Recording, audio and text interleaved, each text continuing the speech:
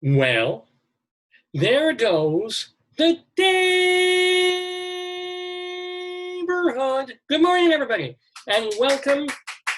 Yeah, live. Oh my God, we're in COVID, of course. So my usual audience of millions that I have here in Giant Stadium, they're all distancing. So the nearest distance audience member is we're very safe. She's more than 6 feet away. You're doing well. Oh my God, she just took her top off. Good job. Yeah. Olay, olay, olay, olay. And we're keeping the other live audience so far back you can't even hear them. But they're there. Oh my God, there's a Brazilian soccer team. They're a few hundred feet down. They're quite far away down there. I'm seeing, my gosh. Well, I guess all the Broadway actors don't have that much to do on a Saturday morning because there's the entire cast of Wicked, Jagged Little Pill, Phantom, Aladdin is there. Not seeing the cast of Who's Afraid of Virginia. Oh, because I don't think they're doing that one. So yeah, but they're in a little enclave there. We've also got a Black Lives Matter contingent and a whole Confederate flag contingent because Dave's Gone By appeals to all sorts. So it's really quite amazing. I wish you could see them. I would tilt my camera around so you could see the multitudes who are watching and enjoying this program, but I'm not going to do that. I don't want to mess with the recording here and with the Zoom stream that we sometimes have problems with here on Long Island. Just take my word for it, because would I lie to you? Never. Millions here watching us in the stadium, and of course, umpteen trillions watching at home live every Saturday for Dave's Gone By with me, Dave Lefkowitz, my darling and adorable wife, Joyce, and all the fun things that we do every single Saturday, including this one, Saturday, August 18th, 2020, the 758th episode of Dave's Gone By. Good morning. There goes the neighborhood. And there was much rejoicing. Didn't your meds kick in yet? You got David Lefkowitz here. He's a Long Island arts guy. He's got his own radio show. I want you all to really enjoy a wonderful program done by a fine artist. A glorious thing of unparalleled beauty. Dave's Gone By. Dave is one of my very favorite broadcasters, so keep on listening to Mr. Dave. Well, there goes the neighborhood indeed. Well, whoa! I should have cleared my throat during the break there. Welcome and good morning, everybody. As I mentioned, this is the 758th episode of Dave's Gone By, and we're live on this Saturday morning, August 8th. We're calling this episode SHUBIE, not in honor, as we have done a couple of episodes where we've honored the late, sort of great scat artist SHUBIE Taylor. And by scat artist, I don't mean that he plays with his feces. I mean that he in an Ella Fitzgerald and Gerald Fitz-Ella sort of way, he does scat music. But no, that's not why we're calling it. And we're not alluding to Scooby-Doo, the dog, although there is some animation news that has just gotten me over the moon this week that I will tell you about shortly. No, it's because if you've been watching the show the last several months, probably more than a year now, you know that a couple of our most loyal followers, to the point where not only do they tune in every week when they can, if they're not having some kind of terrible medical emergency or working on their new house, my cousins, Cynthia and Jeff, they take part in our Today, Yesterday quiz. This is our trivia quiz that we've been doing for a while now, where I'll be asking you questions about today in history. So today's questions will be about August 8th. And we'll be doing that a little later in the program. So every week, because they've been so proactive in playing the game, where not only will I ask questions and you guys at home will, on the honor system, try to think of the answers, but they're there, you're kind of playing against them. They always chat in, message in the answers to the questions, and the idea is, can you beat them? I asked the question before they get up their answer, can you get up yours? And if you've ever gotten up yours, you know how fun that is on a Saturday morning. But Cynthia and Jeff, they're my actual real life cousins, and I'm not sure how. I'm gonna ask them. And B, they're really cool people. They live locally as well. And C, they have Zoom. So not only, this is gonna be amazing, not only are we gonna interview my cousins, Cynthia and Jeff, and find out about their lives. I believe she works in the education system, and I think he's a lawyer, but we will find out, I can hopefully, I've been doing this long enough that I can pry out something interesting from every guest that we've ever had here. Maybe not every guest, but most guests, I get a little something fun. So we'll talk to them, but also at 11 o'clock, we're going to play our trivia game with them on Zoom. So it's a whole different set of rules. We're going to do it all differently. I've got a point system, and they will be playing against the guy that you saw here last week, my friend Jeff Goodman, who was out in Vegas. I think he's back in New York now. He'll be on Zoom. So it's going to be much more like an actual game show. We're going to have two teams. And I'll be throwing the questions out there and tallying up the points. And it could be a disaster. Could be amazing, but it's going to be something new and different on Dave's Gone By, and I always love that. So it's our Today, Yesterday trivia quiz with our special guests, Jeffrey Kirsch and his wife, Cynthia SHUBIE Kirsch. So everyone on Long Island, tune in or keep tuning in. Tell all your friends, tell all your enemies, it's Dave's Gone By. And not only do we have that interview, not only are we playing that trivia game, but we also have some of our usual segments, including Inside Broadway, with some news of the Rialto. We'll also have our Colorado Limerick of the Damned, where we will be going to a place that is, in fact, called Dinosaur, Colorado. Who knew? But Dinosaur, Colorado, it is. We'll tell you a little bit about the place and do a filthy poem about it. Oh, thanks for reminding me.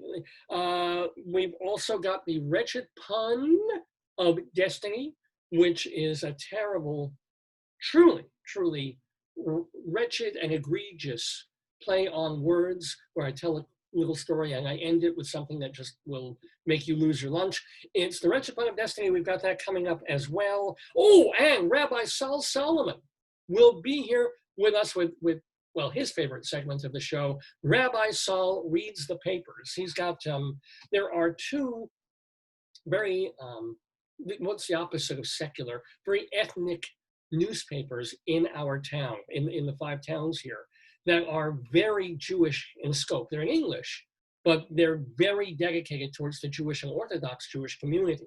And there are some delightful things in there that Rabbi Saul will point out when we have Rabbi Saul Reads the Papers. My gosh, and I think that will cover all the, and gritty crimes at all times. How can I forget that? So much to squeeze into on this Saturday from 9 until noon or thereabouts on Dave's Gone By. Now I want to turn to my darling and wonderful wife, Joyce, who is keeping sort of a count of the names of folks who are watching. So give them a shout out loud. Okay. John. Billy. Eileen, especially if I'm not sober, yeah. Warhol. Charles. Care and John. What, Care? Care, John, and Philip.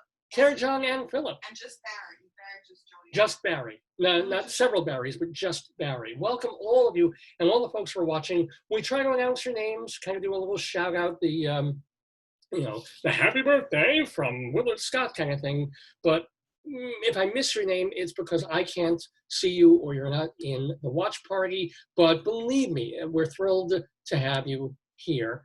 Am I looking at the watch party or am I looking at my live thing now? So you can't be, I don't know, you watch party unless you clicked it, you're in your live yeah, feed. I'm in my live feed. So I don't see people there. I don't see any names there. No, but that's the watch party, I believe, because you're delayed. Oh. Aren't you? I'm going to be delayed no matter what because there's a. Yeah. Oh, who? Lydia? Maria. A girl has just joined named Maria. And suddenly she'll find I'm quite out of my mind today, ladies and gentlemen, on Dave's Gone By. How was your week, dear? How have you been doing? Yeah. Now you're allowed to. Joyce is a little huffy because I sometimes get mad at her for interrupting me when I'm kind of flowing, and she wants to call out names before they leave. So it's, she figures if I say their name, they're going to stick around for 3 hours, which I hope they will. So how are you, babe? Good. Yeah. How was your COVIDious week? It was very good. I had a good week, and I was very happy that we didn't get killed in the storm. Yes. That was so scary. Say the name, the proper name. Yeah, I was all wrong. I mean, I saw the name floating about in headlines and stuff of the big tropical storm that came through this week. And to me, it looked like Isaiah, like Isaiah instead of with an H, with an S. It's they pronounce every friggin' syllable, every letter in this word is actually pronounced. It's Isaias. I love that. You really? Yes. Isaiah. 1, 2, 3, 4. It's only 4 syllables, but it feels like 15. It's hard for me because I struggle with English and Spanish when I see it. Yeah. So I want to do it in English and then I want to do Spanish, but I don't know the vowels.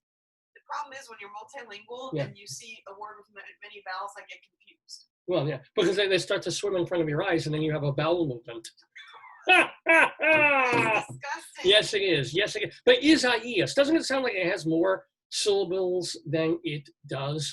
Isaiah. Yeah. I mean, it's got the same cadence as gonorrhea, but it's Isaiah. Anyway, the hurricane did come through here. I didn't realize there are folks on Long Island now that's true, who will not have power until tomorrow night. Yes. Which is, I mean, it blew through here. Our lights flickered back then, and they've been flickering on and off like every day for no particular, I think because they're fixing or tightening wires post-storm or cutting down branches and things. So, but amazingly enough, I don't know how we got lucky on this one, but we did not lose power where we are.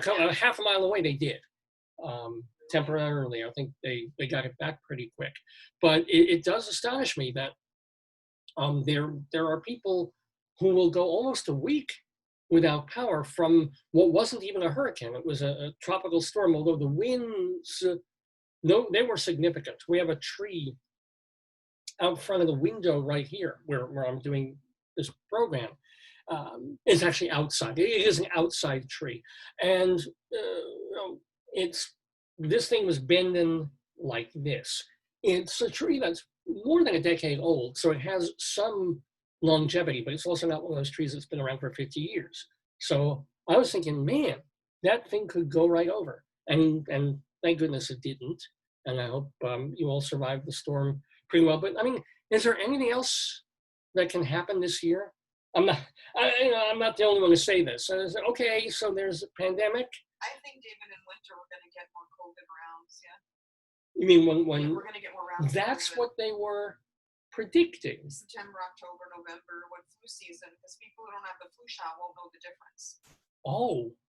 So a lot of people who don't have the flu shot will get the flu and they'll think it's COVID, and it's going to kill the medical system because all these people are going to run in, and they're going to have to massively test people who shouldn't be in there because they should have the flu shot.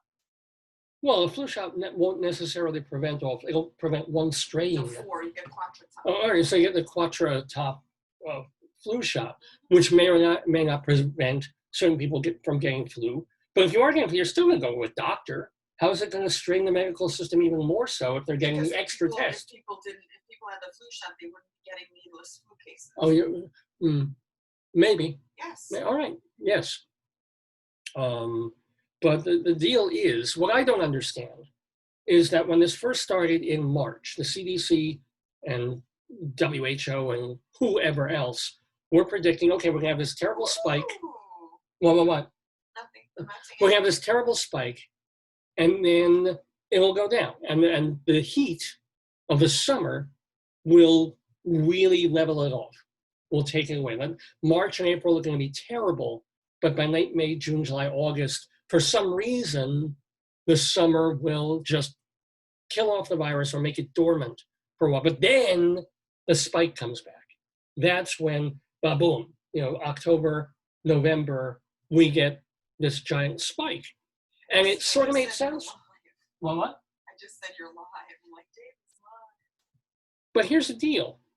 That kind of is what happened in New York. We got the hot weather, and certainly our death spiral went way, way down, and we're curved to the point where our governor thinks it's okay to open schools, right? But if that were the case about the hot weather, why are Florida and Texas and Louisiana and Alabama, why were they getting hit right in the heat of their summer with wave one? With the first, I mean, hot weather usually does lower a flu, because flu season is what? Flu season is September through February or something like that, or March. But flu season isn't the middle of the summer.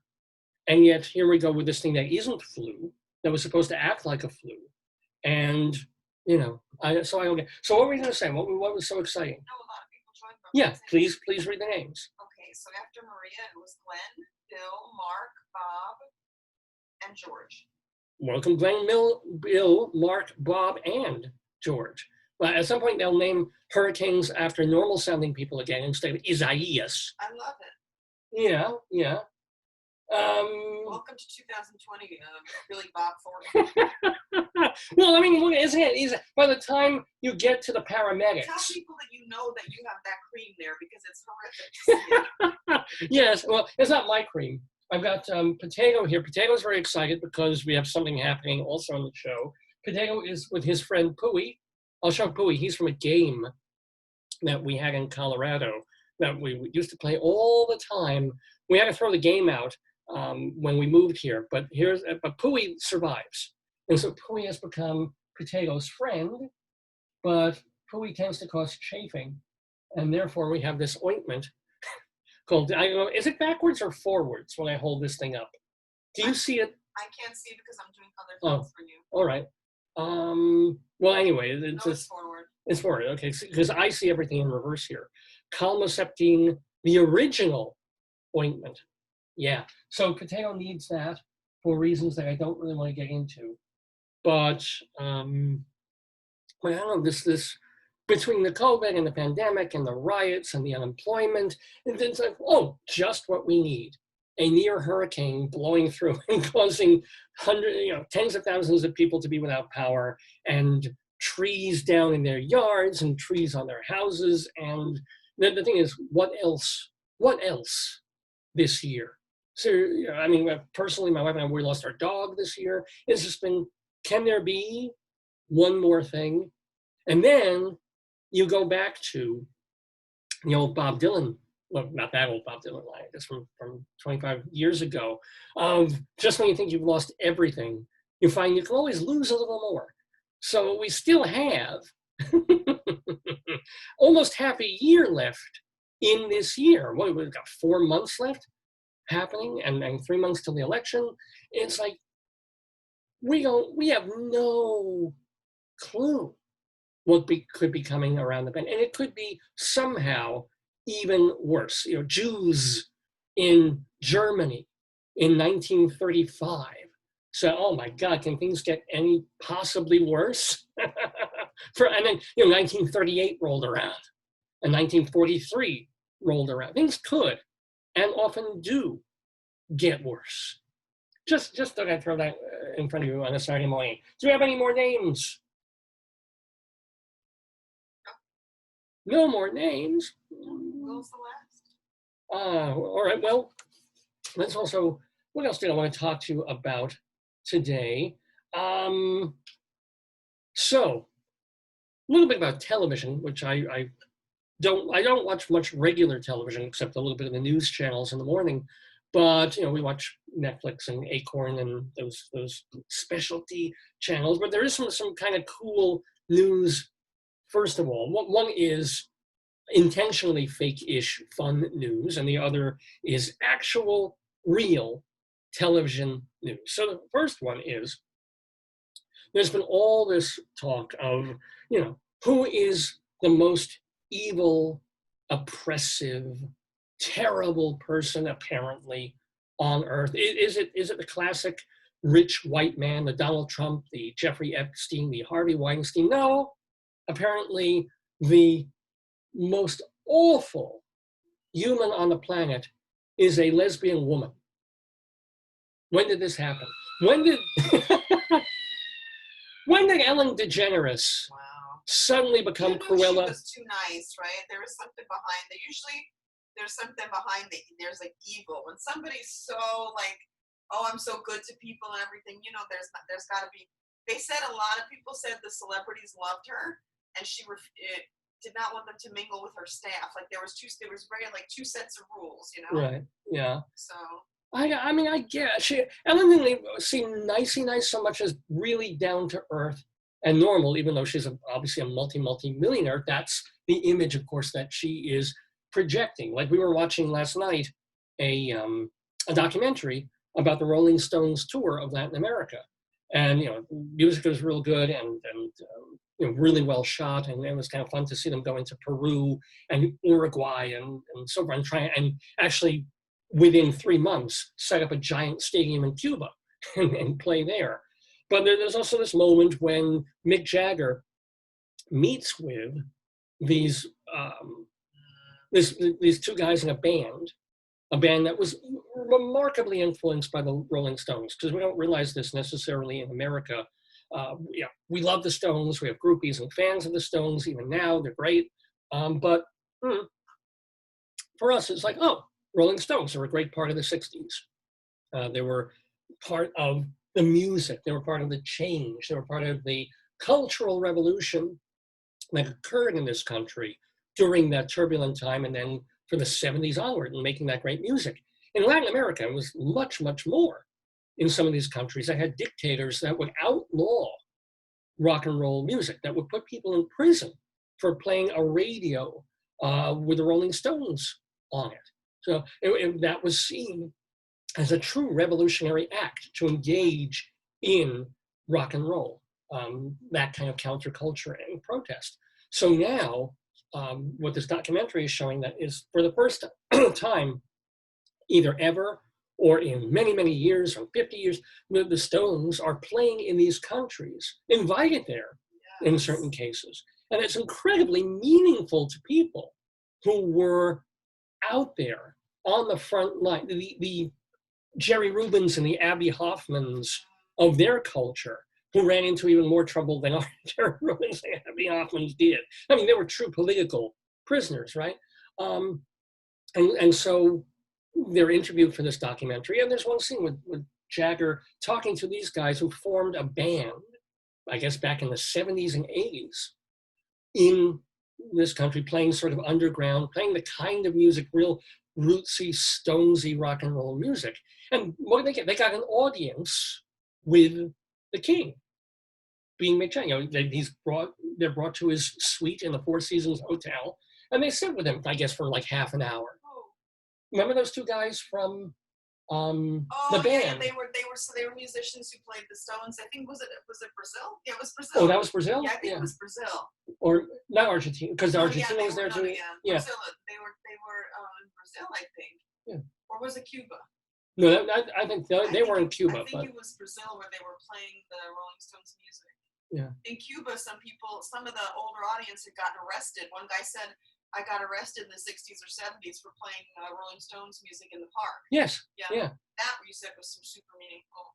So for these two guys to go in there and be invited into this sanctum, you know, and talk to Mick Jagger, who's trying to be incredibly, and he's probably heard this a zillion times.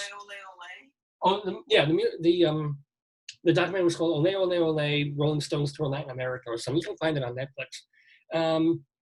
Very enjoyable. I mean, it's fairly hagiographic about the Rolling Stones. It's like a warts and all, gimme sheltery kind of Mick versus Keith thing. You get the feeling everybody's on best behavior. They're all talking to each other. Charlie Watts talks for about 30 seconds throughout the film. Well, Keith talks, Mick talks. Ronnie Wood seems like the most fun guy in the world to hang out with, which is why the Stones have lasted for 30 years. Yeah. Well, and Charlie's just like Charlie. He shows up, he plays. They get him for 30 seconds to have a soundbite, and then Charlie's off playing jazz somewhere. Fine, okay, a fun movie.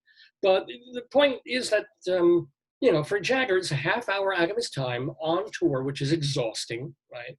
To sit in his hotel room and instead of write a song or just be in his own head or watch TV or deal with a band, he's got to hear these guys tell him how wonderful it was to see him 40 years ago playing. Also, what I liked is Mick Jagger tried to speak Spanish, and he made jokes. Like, he really tried to.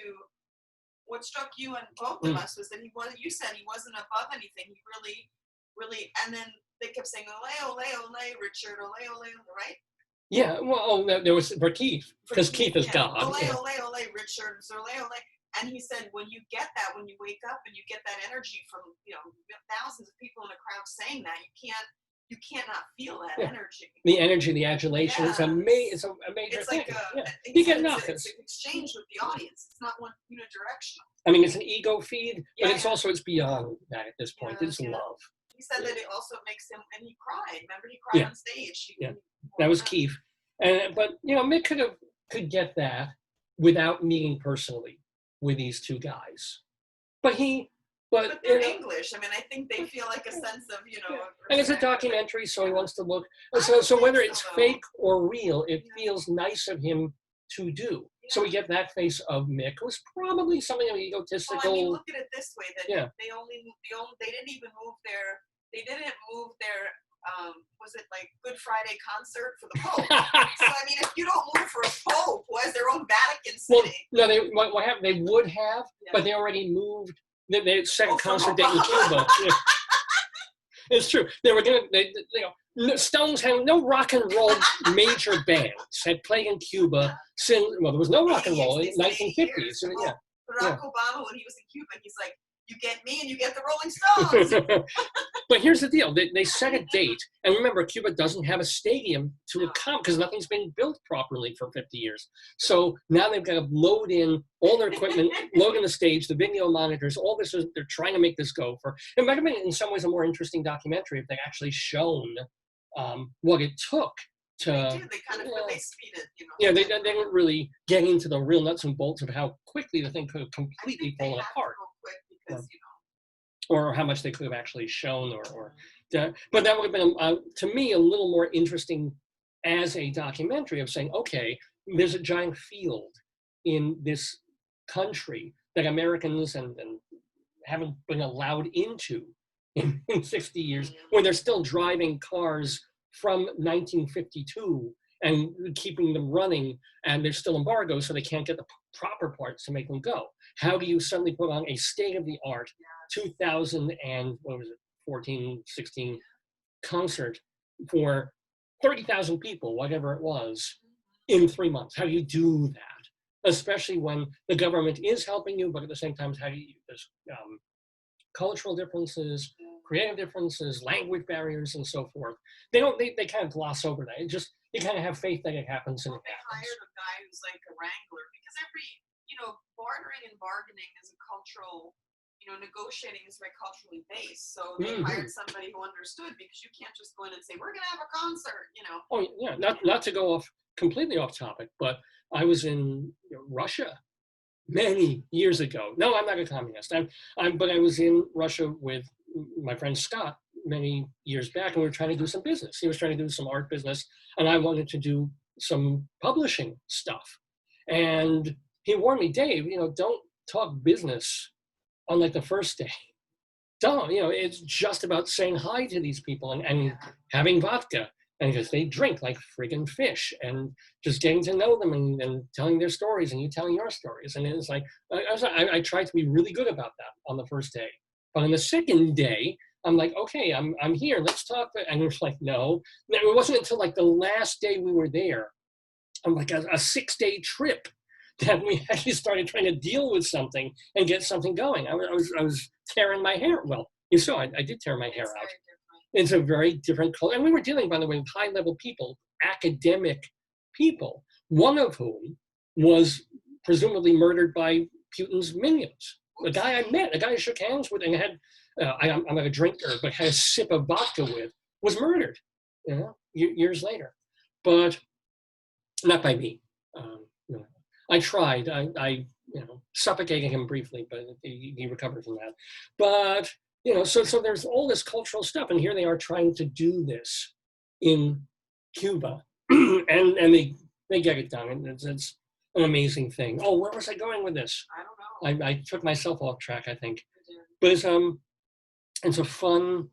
I mean, it's a fun movie. It's a fun thing to watch, and just knowing that all these logistic things are going on that have to be done, and you've got Mick and Keith are in it, but also separate from it, so they can just be the artists per se, and then they for them to make that effort, even if it's just for the documentary, even if it's just for the cameras, to be nice to people who are going to tell them how wonderful they are in broken sort of English, the same things that said, oh, well, I saw you perform this, and I think it was, you said, did not fade away, and Jagger, his ego is being fed, but it's also, there's 50 million Rolling Stones fans, can't be wrong, and you're great, but because you can't really have a deep conversation. That's your projection because you're just shallow.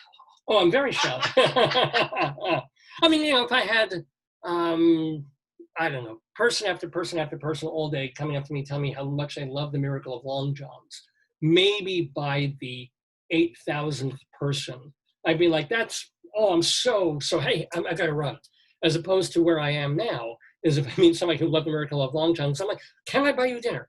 Please tell me line by line what you loved about my play. No, I'll wait. I have to go work, so it doesn't matter. If we can stay up till sunrise, just moment by beat in the script. Can we go through it and just tell me where the moments of genius are versus where the moments of mere brilliance are? That would be it should be a fabulous night for me. I think actually even the 8,000th person I would want to hear that from. Quite honestly, who's watching the show, dear? Want to know? I want to know. Sure, you want to know? Yes. Okay. Since we last spoke, yes, we have Alan, Kenny, Kenny, Ron, and Kenneth. Ron and Kenneth. Boy, oh boy, we're kind of low. A lot of Yeah. Ken. No, but not that I mind. It's because you did not let me speak. Oh, so you think that you just whenever somebody signs on, that keeps the flow going? I don't know. I don't know. It's your show. I'm just a slave. It's your show. But this was all apropos. Somehow this comes back to Ellen DeGeneres, right? And the allegations against what goes on in her show and her snootiness supposedly and all of that. And then you found out that there has been a petition going around with 20,000 signatures on it that, assuming she doesn't continue with her show, and she can certainly retire if she wants to. Iris joined us. Welcome, Iris. To replace Ellen DeGeneres, assuming she leaves her show, and they want to keep the format going and her show going. Certain people spring to mind. Regis would have been great, but farewell, Regis, right? Who would be appropriate kind of Big Dave Venable from QVC would be perfect, right? Appeals to the housewives. He's also LGBT. He's big and boisterous and fun and playful. And he does those southern cursing like you taught me.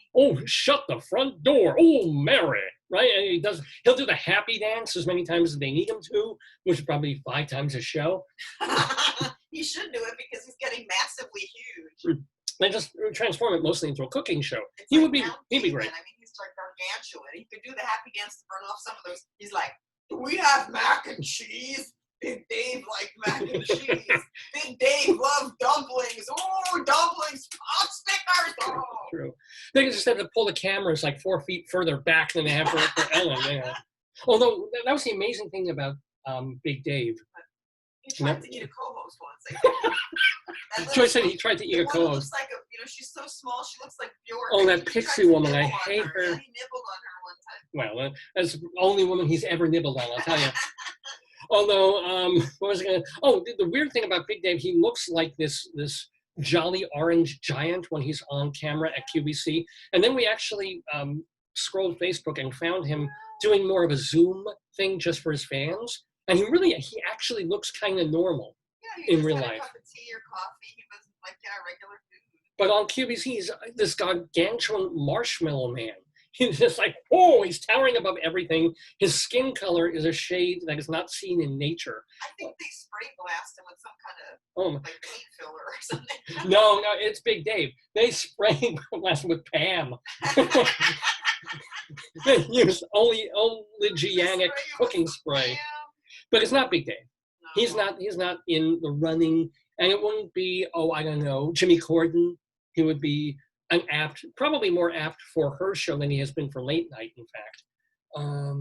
Who else? Who else would be an appropriate guest, do you think, for replacing Ellen DeGeneres, assuming that she leaves?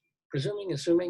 I think a robot. They can have a robot. Can they have a robot? Maybe a chicken. Potato would be great. Potato would be fantastic. Ahem. All right, I'm going to dance onto the stage now. I love my girlfriend. Potato, you shouldn't mimic people. Be yourself. Okay. Oh, I love ketchup. Let's talk about ketchup for an hour. Every day, 5 days a week, plus reruns. Isn't ketchup wonderful?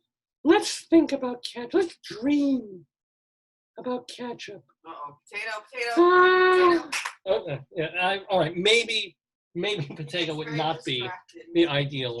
Yeah. He gets very distracted. He can't help it.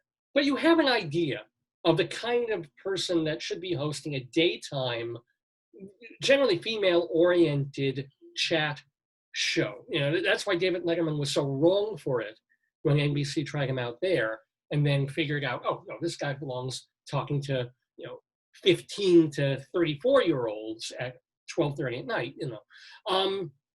So, of all the people who are in your mind that might be just right, Kathy Lee Hoda Kotb, if that's how she pronounces it, or lifestyle people.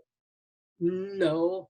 Do you want to share who the writing candidate for taking over Ellen DeGeneres's? I don't know. Oh, you were the one who cued me on to this. You say it. I don't want to say it. You say it. You know what I'm saying? Well, of all people, and it's kind of great, Eric Andre.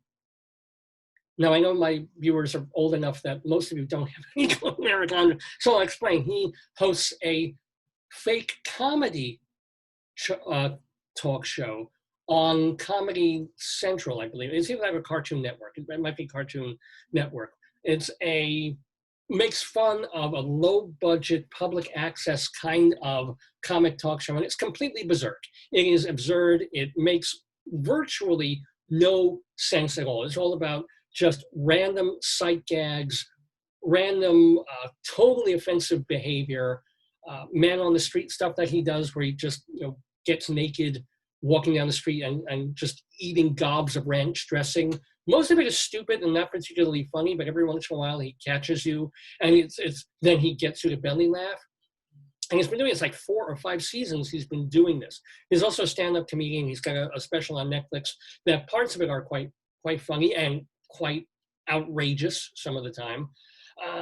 He is in all ways the absolute wrong person to be taking over the Ellen DeGeneres show, should that happen. And yet, as of a few days ago, 20,000 signatures came in to this man who, I mean, if you remember Tom Green from his days on MTV and from Freddie Got Fingered and that kind of humor, and you multiply it by 15, you kind of have an idea of what Eric Andre does.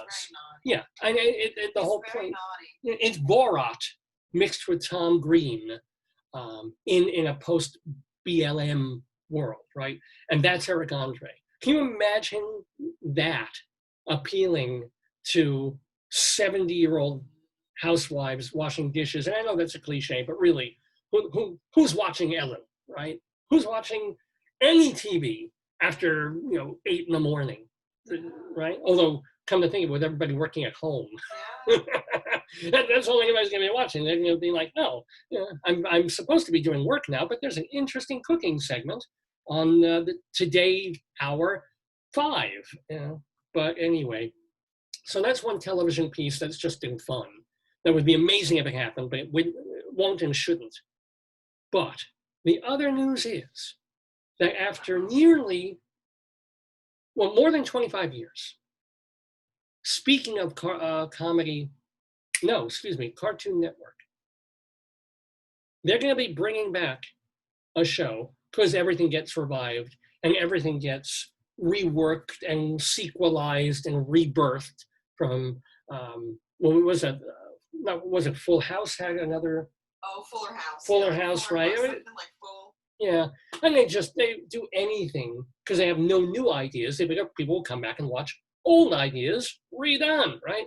So the old idea redone, however, is going to be, and I cannot believe this, Ren and Stimpy are coming back. Cartoon Network has ordered brand. That's cool. Is it going to have a new name? No, it's going to be or it's still going to be, they're going to be Ren and Stimpy. Stimpy, you idiot. And they've got Billy West signed on apparently to do the voice of Stimpy again and a lot of the other characters.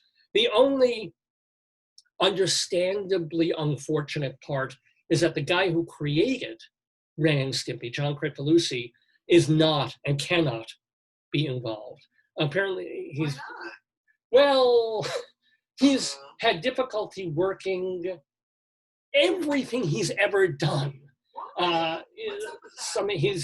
He's kind of crazy. We know this because of the kind of material that he draws, but even in the original Ren and Stimpy, he couldn't get along with part. He was fired. He was fired for every job that he's ever had professionally not every. I mean, he's had one-off gigs, including directing videos for major artists. And we were talking about the Rolling Stones. He directed their Harlem Shuffle, the animation segment of their Harlem Shuffle video. Why do you think because he is an out there, egotistical, wild personality that has made him the brilliant man that he is. And also, unfortunately, apparently, he has had relationships with women who are significantly younger than he is. One of them was about 16 and change when they first started, and 17 or so, 17 is borderline, but 16, and other unsavory stuff where I think legally Comedy Central cannot hire him.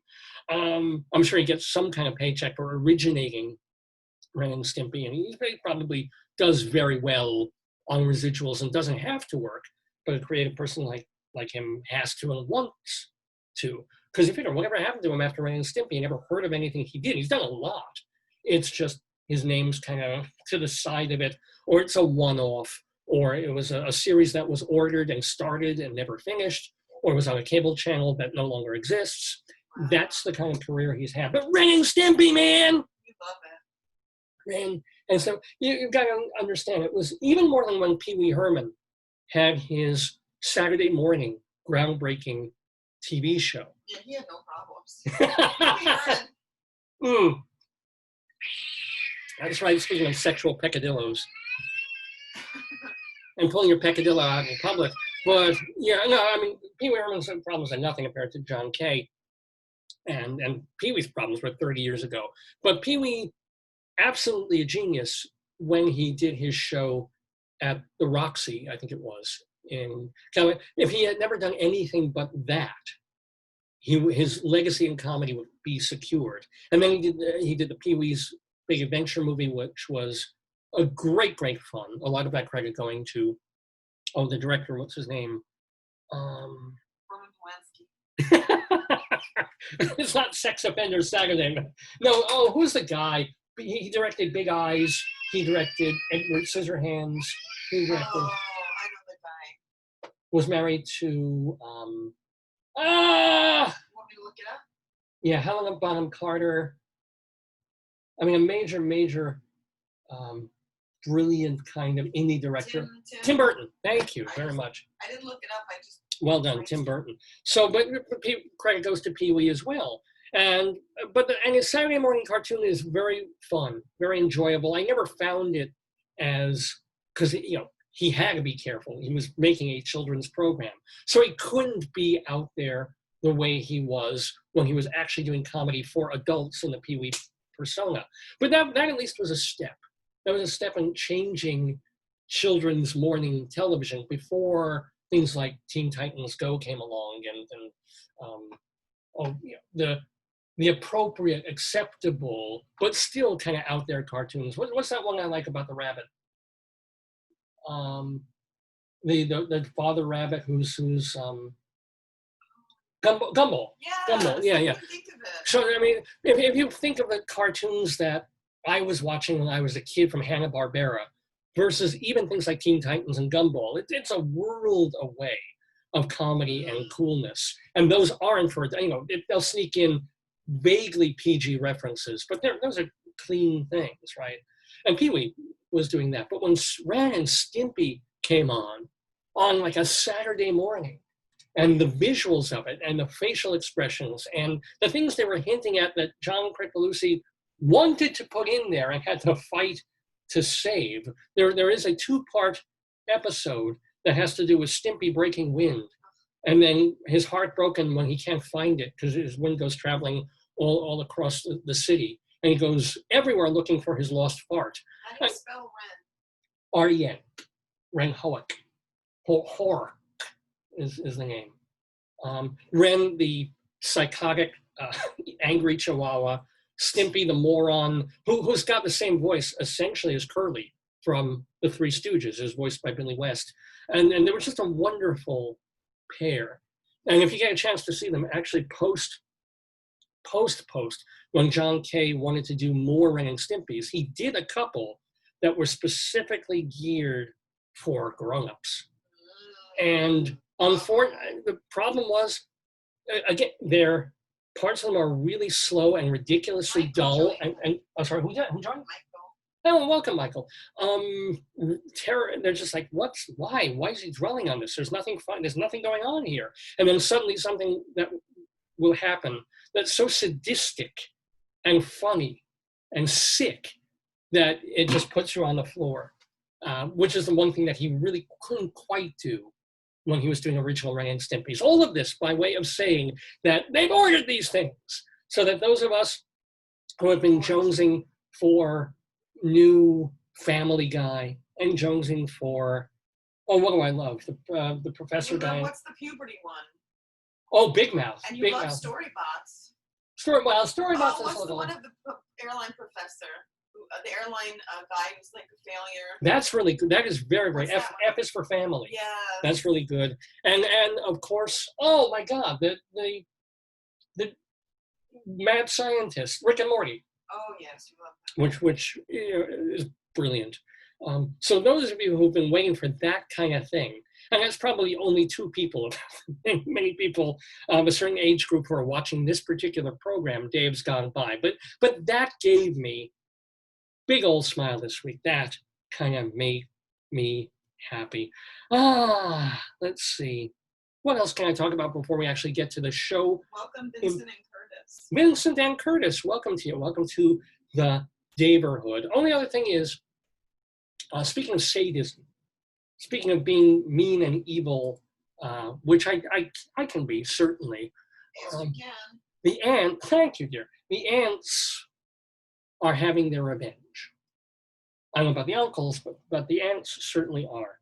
When I was a child, I thought as a child, in fact, I was some keen, anyway, little Peter Humpty there. But here's my Peter handkerchief. That's these references, forget them. So when I was a child, I was small, I was strange, eccentric. Thank you. I was bullied mercilessly and felt trying to live in my own head. So what can I do? What can I take my inner rage and frustration out on?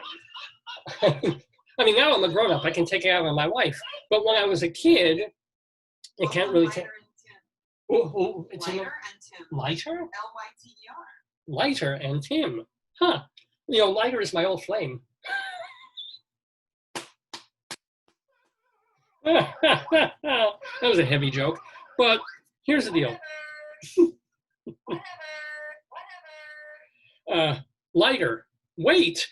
Okay, weight, like, I couldn't take my, so when I take my rage out on, I would sometimes take it out on trees, and I think I talked about this on the show. There'd be these big old trees on Ocean Parkway where we used to live, and I would just, I don't know if it was just something to do or something destructive to do, but I would peel the bark off the trees to get to like the green stuff underneath. Isn't that what those kids do for like sociopaths? Yes, I was borderline. I'd see a tree and I said, oh, that bark doesn't look quite stuck on there. And I just pull on it and pull it off and pull it, and it was like a thing, like people do jigsaw puzzles, like people pop. Oh, well, I was not a cutter. You know me with needles and things, but or when they pop styrofoam. For me, I go with a tree and for 10 minutes, and then old women on Ocean Parkway, these Holocaust survivors, would come up. Why are you hurting the tree? I mean, leave me alone. Go to hell. In my charming New York sort of a way, they were right, of course. Why am I destroying a tree? Who signed up? Jimmy and Aunt Esther. Jimmy and Aunt Esther. I'm talking about ants right now. Yes. She heard me saying aunt, and so she the antler, like Batman. So this is what I would do. And when I wasn't doing that, I'd be outside our apartment building. We didn't own it, but we had an apartment in a building in Brooklyn. And I would stand on the street in nice weather, on the sidewalk in my corrective shoes, because I couldn't find sneakers for me at that age. I had wide feet and ridiculous bunions, so I was climbing into these 20-pound shoes. Bunions as a child? Just you're born with them. Really? Yeah. Oh yeah, my bunions were there, man. How did you have bunions? I'm telling you, I have wide feet, which was almost why then the bunion grew out. So I had to wear these triple E, and nobody made triple E shoes back then, even in Lebanon. Oh no, he's going on. You would figure that Lebanon would have triple E shoes, okay? But I would take these shoes, which were ridiculously uncomfortable, and I would look on the sidewalk for ants. Oh God. And every time I saw it, you would just see me stomping up and down the block, killing, if I found an ant farm, that was the best thing ever. So I found that little hill of earth that they moved, and I would just go stomp, stomp, stomp, stomp. There are times I probably killed 100 ants in a 5-minute period. And you assume they're not feeling any pain. It's quick. There's no central nervous system, or all they have is a central nervous system. There's no brain. I'm not separating them from their families. The brain is the central nervous system. This is how much I know about science. Who stomped you? So I just stomped ants everywhere.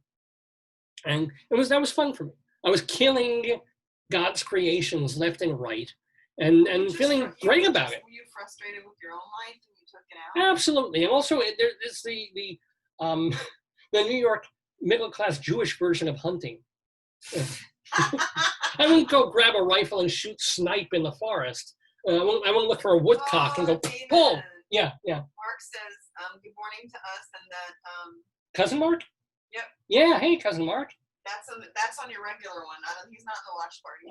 Well, welcome to Cousin Mark, and good Shabbos to you. Yo Mismo. El Mismo, the same. Yo Mismo. Oh, welcome. Welcome Evan. He's not Yo Mismo. So that's a Jewish kid's thing of like, I'm going to see this live creature that is much, much, much smaller than I am.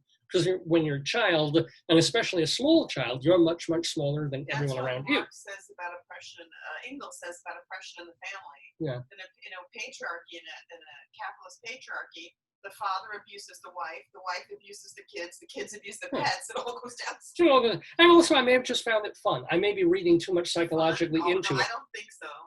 Well, you see these little things moving about, you kill them. I think you need massive inpatient therapy. But here's the deal. As they say, the mills of God grind slowly, but they grind exceeding small. I don't know what they did with the adverb there, why they took away the ly. Should be exceedingly small, but won't get into that. But that always bothered me in English class. And we went over that with like this. Do you want me to get your toothbrush? Yes, I need my toothbrush. You do.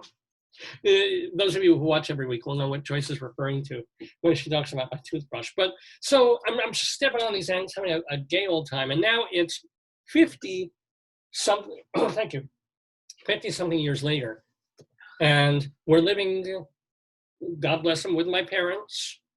And they have ant traps all around. Oh, huge. It's a huge infestation. I will not kill them.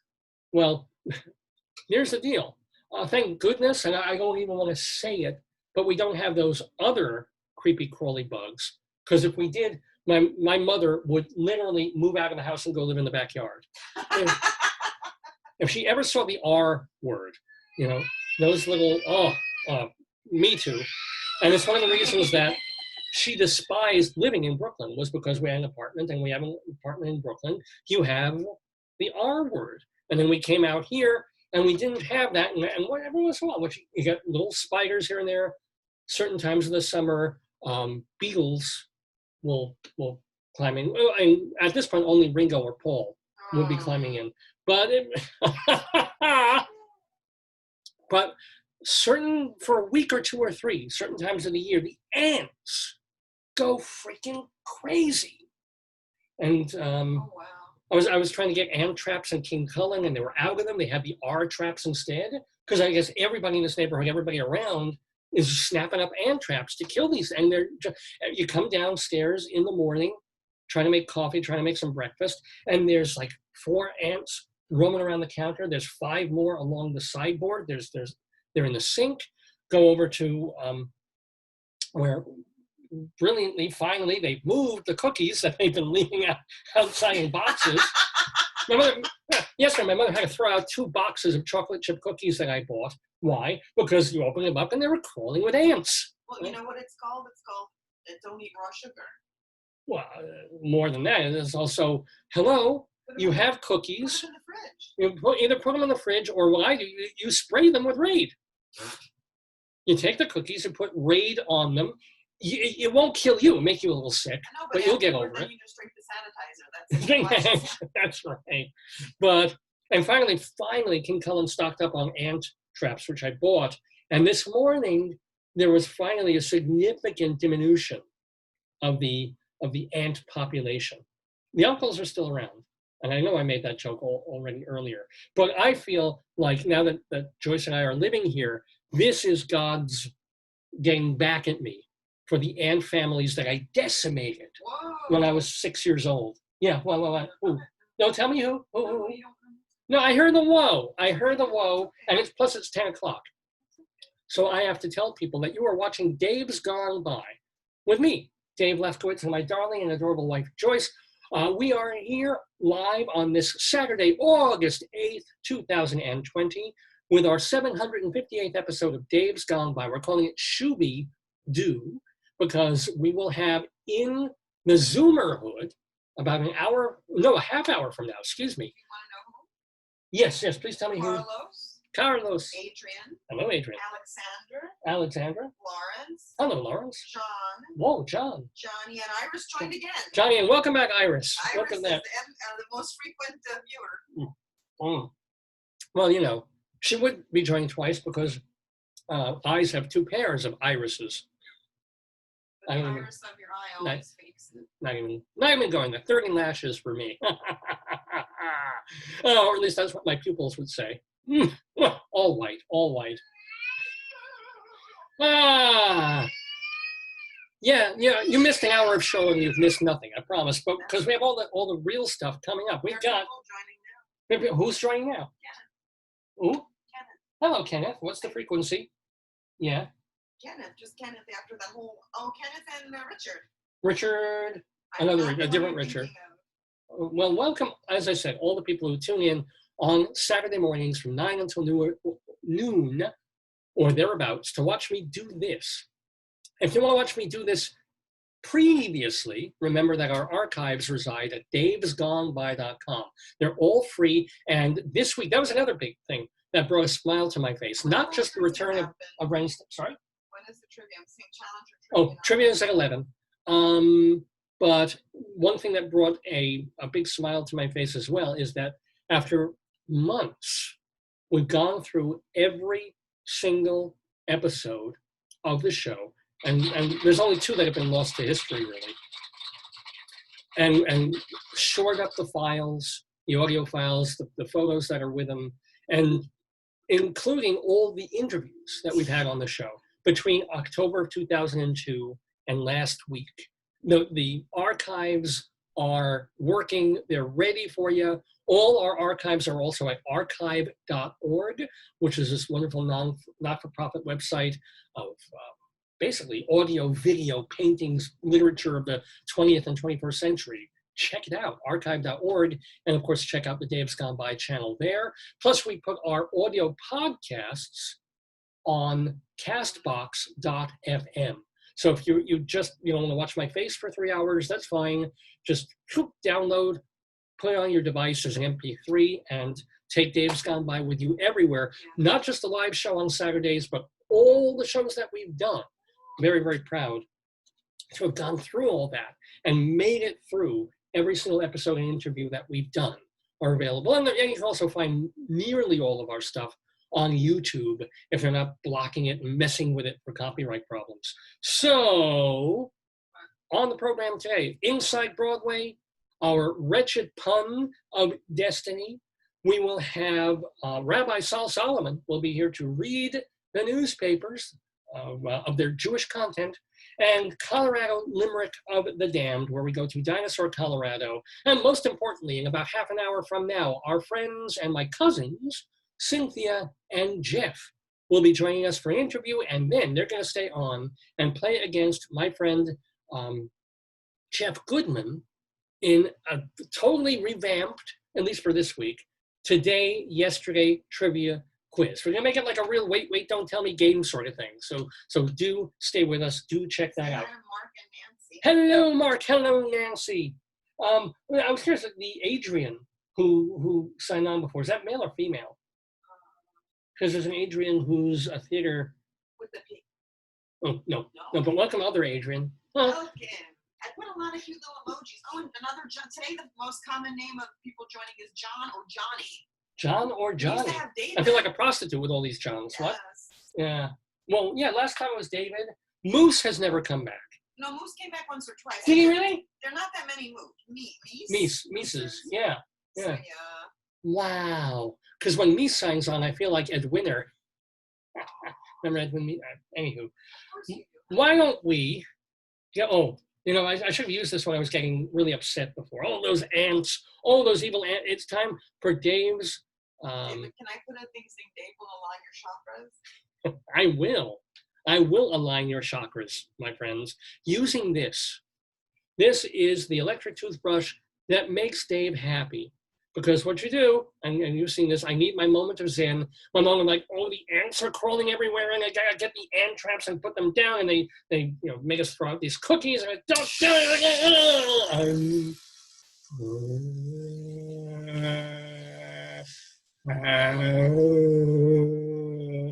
I'm telling you this works. I'm telling you this will save you thousands of dollars in therapy, thousands of dollars in acupressure and massages and relieving tension and meditation. You take this heavy-duty toothbrush, you turn it on, and you press it really hard on your gum, on your teeth.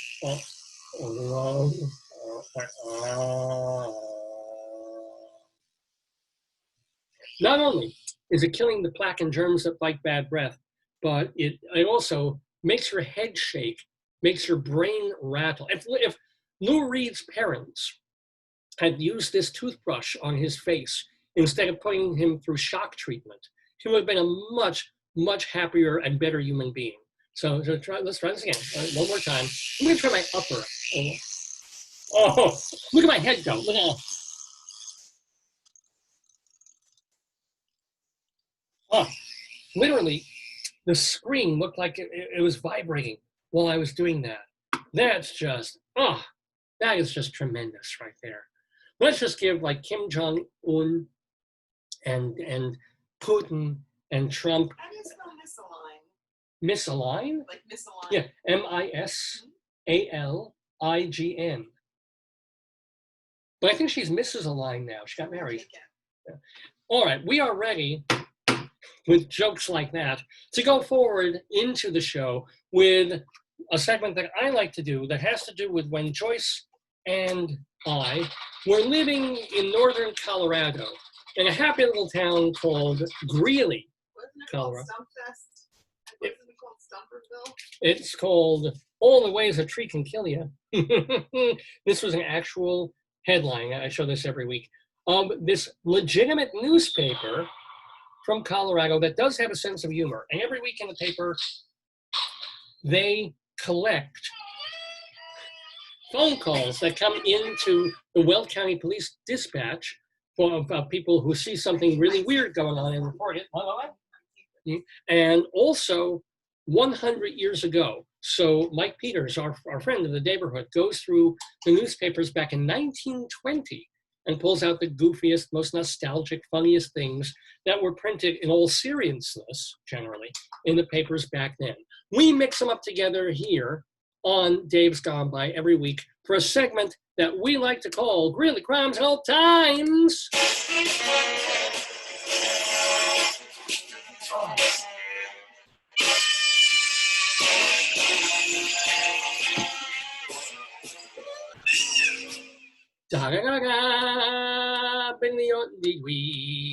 Fiddly-dwee. Yes, Greeley Crimes at All Times. It is on this Saturday, August 8th, 2020. So these items that come from the cop log are just a couple of weeks old, whereas the items that come from old times are 10 decades old. Are you ready, hon? Let's get logging. Police responded to 4th Avenue, where a man reported that a woman wearing a bra and underwear was taunting his dog. Police found no evidence to support the dog taunting allegations. Now, it doesn't say whether she was wearing a bra and underwear under other clothing. No, I believe solely. I believe not. And actually, I won't be surprised if he's being sued because he was talking to the dog, and one of them he called a bitch, and now he's getting all sorts of problems. But why is it illegal to taunt a dog in your underwear? I don't Be in think jail for many years. Well, let's see. It's indecent semi-exposure, except the bra and underwear is no different from like a bikini, right? Was it in a home or in the park, or where was it? 4th Avenue. 4th Avenue. Okay, It wasn't 8th Avenue. Probably near a motel, I think. If it was 8th and 8th, she would have been doing other things to that dog, if you know what I'm saying. And I think you don't. I don't want to know. This was an actual, I love this. I love these. This was a full story of its own in the Greeley Tribune, because most of these in the cop log are these little 1 or 2 line squibs that are pulled out from the dispatch. But this got to the point where a full news story was written about it. A 32-year-old man is facing multiple charges, including felony menacing, after police say he threw beer bottles at a store employee at a Greeley Walmart. Wow. Witnesses reported the man was throwing beer bottles on the floor and scaring people. That was called the red light special in Walmart. Greetings, Walmart shoppers. Yes, we have special red light specials. Even Jerry, Jimmy, and Sasha joined. Welcome, Jerry, Jimmy, and Sasha. Welcome. Timothy, welcome too. A customer told police she was shopping in the meat department. I don't know why I find it funnier that she was in the meat department. When she saw this fellow named Francisco Gomez Perez throw 2 cases of beer to the ground. Wow. She asked him, "What's wrong?" Because that's what you do when you see a crazy person. You don't kind of start walking the other way quickly. You don't leave you go up to them and engage. She asked him, "What's wrong?" So he pulled out a beer bottle and held it over his head as if he was going to throw it at her. Inside, police saw Mr. Gomez Perez, age 32, holding several beer bottles with broken bottles of the same beer lying on the floor near him. Gomez Perez complied with officers who arrested him, but then started resisting as he was being escorted out of the store. Because it's really so easy to resist once you already got the handcuffs on. Let's see, police had to hold him in a prone position until paramedics arrived. What is No quiero, man, no. No. If they're calling paramedics, they probably think that No puedo respirar. No puedo respirar. I think they left his neck alone. I think Who knows what they didn't do that. Eventually, they should have stopped by the Walmart pharmacy and got 90-day supply of like Xanax. there you go. There you go. That's what he needed. He needed some Meloril or Escavil or whatever they call it. Yes. Escarole. He needs some escarole. Eventually, a gurney arrived and he was taken to a hospital. At the moment, he owes Walmart $72.40, which I find kind of funny because it must be the cheapest beer. I mean, David, like you could that's like 7 cases of beer. He was smashing Malta Goya or something like that. He was smashing like Ripple, and so because it was Heineken or I don't know what was the problem with it. You know, in heaven there is no beer. That's why they smash it here. I'm telling you. Oh my God! Oh, honey. Oh, your cowbell. Uh-oh. It's time. Chicken alert! It's chicken alert, ladies and gentlemen. That's when we have a story about chickens. Oh, more Jameses. There ain't nobody here but us chickens. There ain't nobody here at all. So quiet yourself. Stop that fuss. There ain't nobody here but us. Yes, ladies and gentlemen, it's a chicken alert because being from Colorado, we don't have stories here about rats and the other R word. No, stories about chickens from 100 years ago. Sherry said you were so freaking funny, dude. Who said this? Sherry. Sherry? No. Oh, well, welcome, Sherry. Thank you, Sherry. Thank you so much. Sherry, baby. So here's the deal. We have this chicken alert. 5 people just joined. Who did? And 5 people. Tell me their names. Robert, Bill, Carlos joined again, and Jeffrey. Robert, now it's Jeffrey and it's John are the two coming. Is that the Jeffrey of my cousin Jeffrey? No, or that's the real estate agent in Greeley. Well, welcome, and welcome. Another Jeff. Literally, that's like Jeff and John are the two. Well, welcome. I just have messages here from cousin Mark on my thing. Did I freeze? Oh no, I was just picking my nose there. That's all. So here's the deal. Jeffrey Moser said, entertaining. Oh, Jeffrey, my old colleague from the university, and I hope that you're doing great. I hope that you're well and figuring out how to teach. Well, 5 people in class, 6 people out in the hallway, and 10 people at home in the fall semester. Anywho, chicken alert! Chicken alert. A new chicken feed has been introduced in this area. It's called Moonlight, L-Y-T-E, and is said to enable the chickens to work day and night. Chicken is saying he needs a union.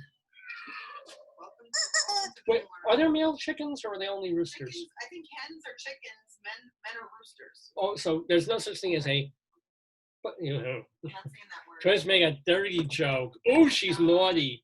Oh, you're so naughty. Ladies and gentlemen, that was our chicken alert. What's wrong? Oh, something should be playing, and it's not.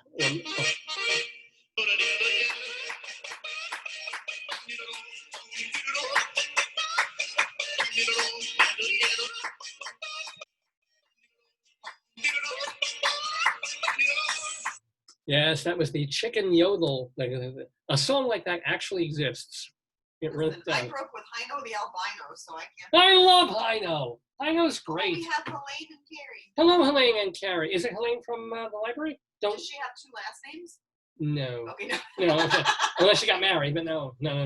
All right, we're going to go to another old time here in what was billed as the greatest wrestling match in Western America, Toots Mondt of Greeley.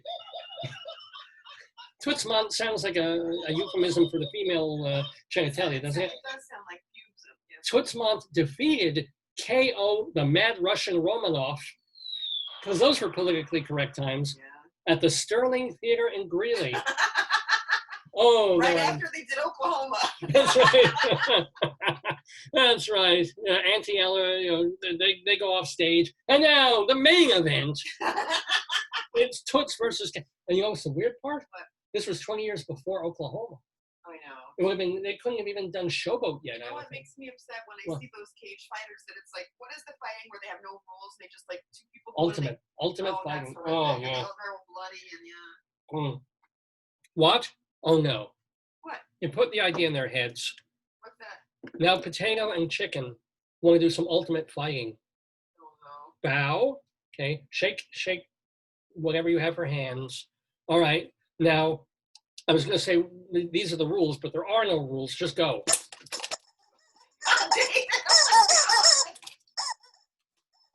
Yes. Joyce, wonders why. You have a lot of aggression. And she gets mad, like when my mom calls me like still a boy, and she's like, "You're not a boy, you're a man." Can you explain something to me? What's that? Jeffrey said, "I hope my employers do not make me eat BULYTE." Oh, I think he's talking about moonlight. That was the thing about the chicken feed was moonlight, LYTE. Yeah. How are you? Are they wounded? Are there any injuries that need attending to? I think chicken lost a couple of pin feathers. How's your hat? Oh, potato came through. I think potato won the battle. Thank you. Next time. All right, well done. Oh, here comes the chicken gang. Here comes the oh. Now it's gonna be a battle royale. Now it's gonna be more like WWF.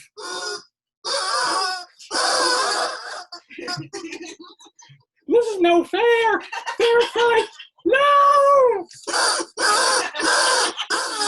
Pile drive.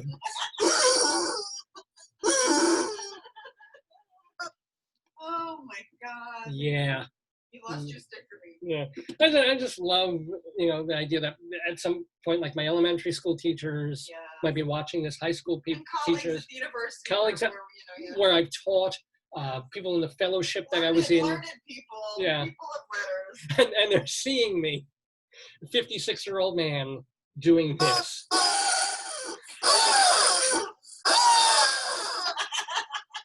That sound. David, take the ice cream. Oh, sorry, yeah.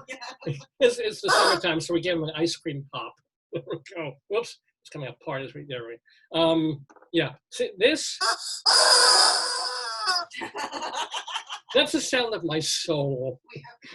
That is me screaming inside. And since and the children are flying in. And somebody else wants to join. Oh dear God. Oh, and of course our little friend Papito, who is the baby potato that we love also. You shouldn't be watching any of this. I've got a Colorado limerick of the dam coming up that's disgusting. The Wretched Pun of Destiny is disgusting, but everything that goes on really. Potato, you go watch some children's cartooning on Sherry said, Spudney Plus. Said, yeah. You seem like an interesting person. Oh my God, I'm glad I randomly clicked on this. That's the only way people find me is to randomly click on it. It's like surfing through UHF back in the day, and there's some lunatic on there, and it's like, oh. I think that chicken montage really appealed to people. I can either watch. Who was? I forgot his name already. The psychic Spanish guy. I can either watch that. The documentary. I'm gonna say better than binge watching Netflix. Who is? We watched the documentary about him. The Walter Mercado. You're flipping through. There's Uncle Floyd. There's Walter Mercado, and if you get up past channel like 73, you see me doing this.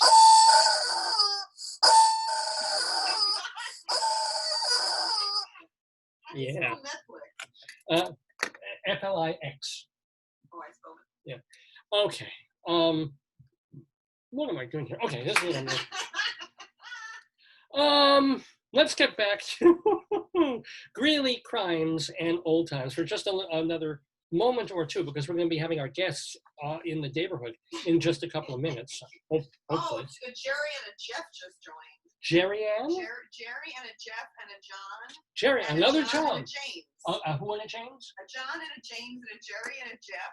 All we need is a Peter, and we can start getting the Last Supper together. It's like there's Peter and James and John. Waldo. All my funky friends. Waldo was supposed to show up at the Last Supper, and they were all like, "Where's Waldo?" No, but Warhol showed up. Waldo's bringing the pork chops. Warhol did. Warhol was not at the Last Supper. He was at the penultimate supper. You figure they must have had a penultimate supper also, like the day before. That was a practice. Yeah, and that when they ordered pizza. Dress rehearsal. It was like, you don't leave yet, Jesus. Don't go to the garden until after the soup. And you holding an iPad with every line saying, "Say it again, you missed the word the." That would be me. Oh, we don't really do cow alerts, but moo. A woman is dead. Wait, the cow alert should be this one. Oh, well, yeah, for the parts. A woman is dead after a head-on collision on Monday night. This actually happened a week or two ago in Greeley, or in Kingsburg. A 33-year-old Kingsburg man was driving his Ford pickup truck on, what? Cynthia needs help. She said, oh, having trouble with Zoom? Resend the password to the Zoom room. There shouldn't be a password. You should be able to get in. Uh-oh. I don't know if you did. Just tell her that I'm going to tell her that. Oh, maybe the entry, she needs the code. Ah, oh boy. I'm going to tell her, let me just reply. And I'm going to say, please. Oh, she can click on her Facebook message. That's what she can do. Are you writing? Well, I'm going to my messages to her. I'll tell her, click on the link in your FB. Oh, she may have accidentally deleted it. I'll tell her. Pardon me, folks. Yes, it's still up there. All she has to do is keep scrolling up on our messages together, our private messages, and she should be able to find the link to come in.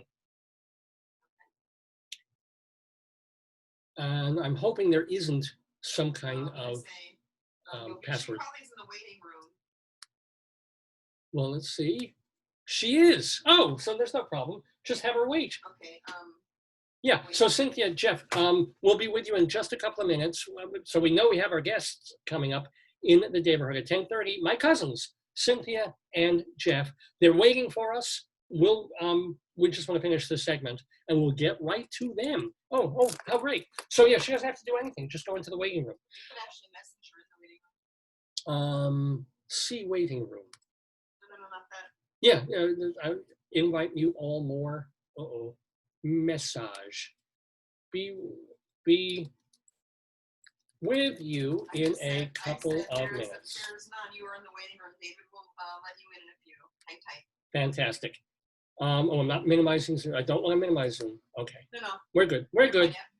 We good. So, moo. I repeat, moo. So this 33-year-old Kingsburg man was driving his Ford pickup on Highway 52 when he crashed into a cow on the road, or in the road. The truck went into the eastbound lane and collided head-on with a Mercedes SUV driven by a 48-year-old woman with a 12-year-old female passenger.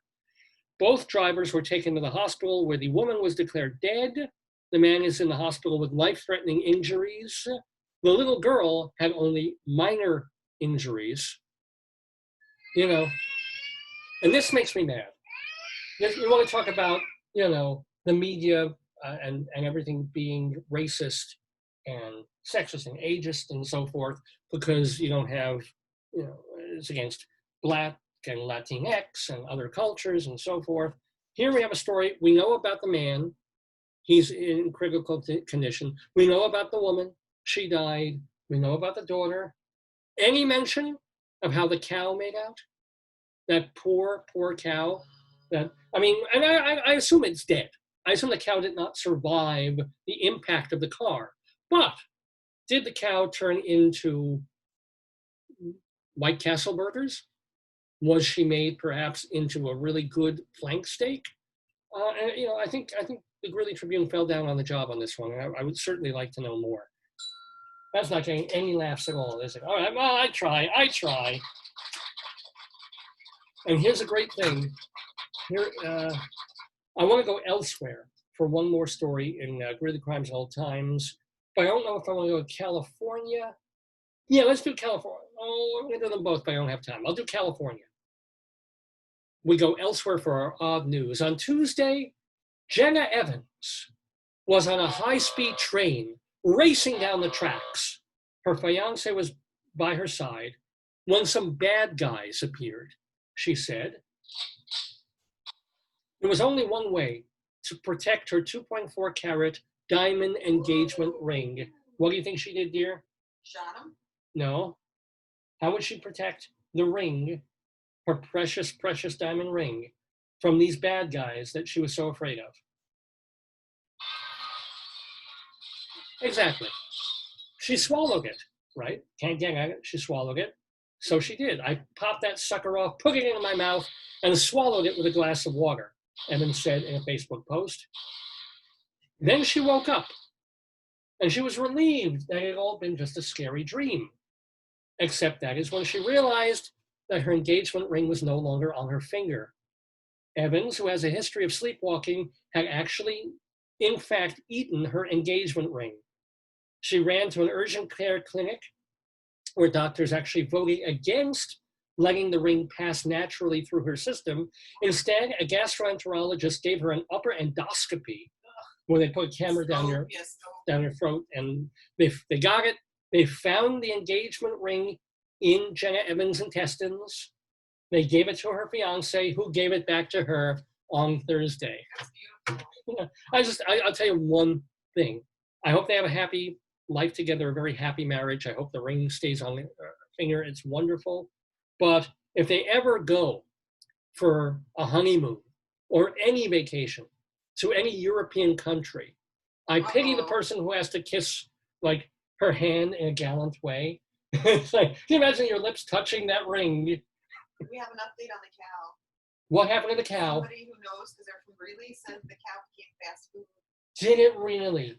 Oh boy, well, the cow was shaken, so they brought it to Shake Shack, I'm sure. Oh.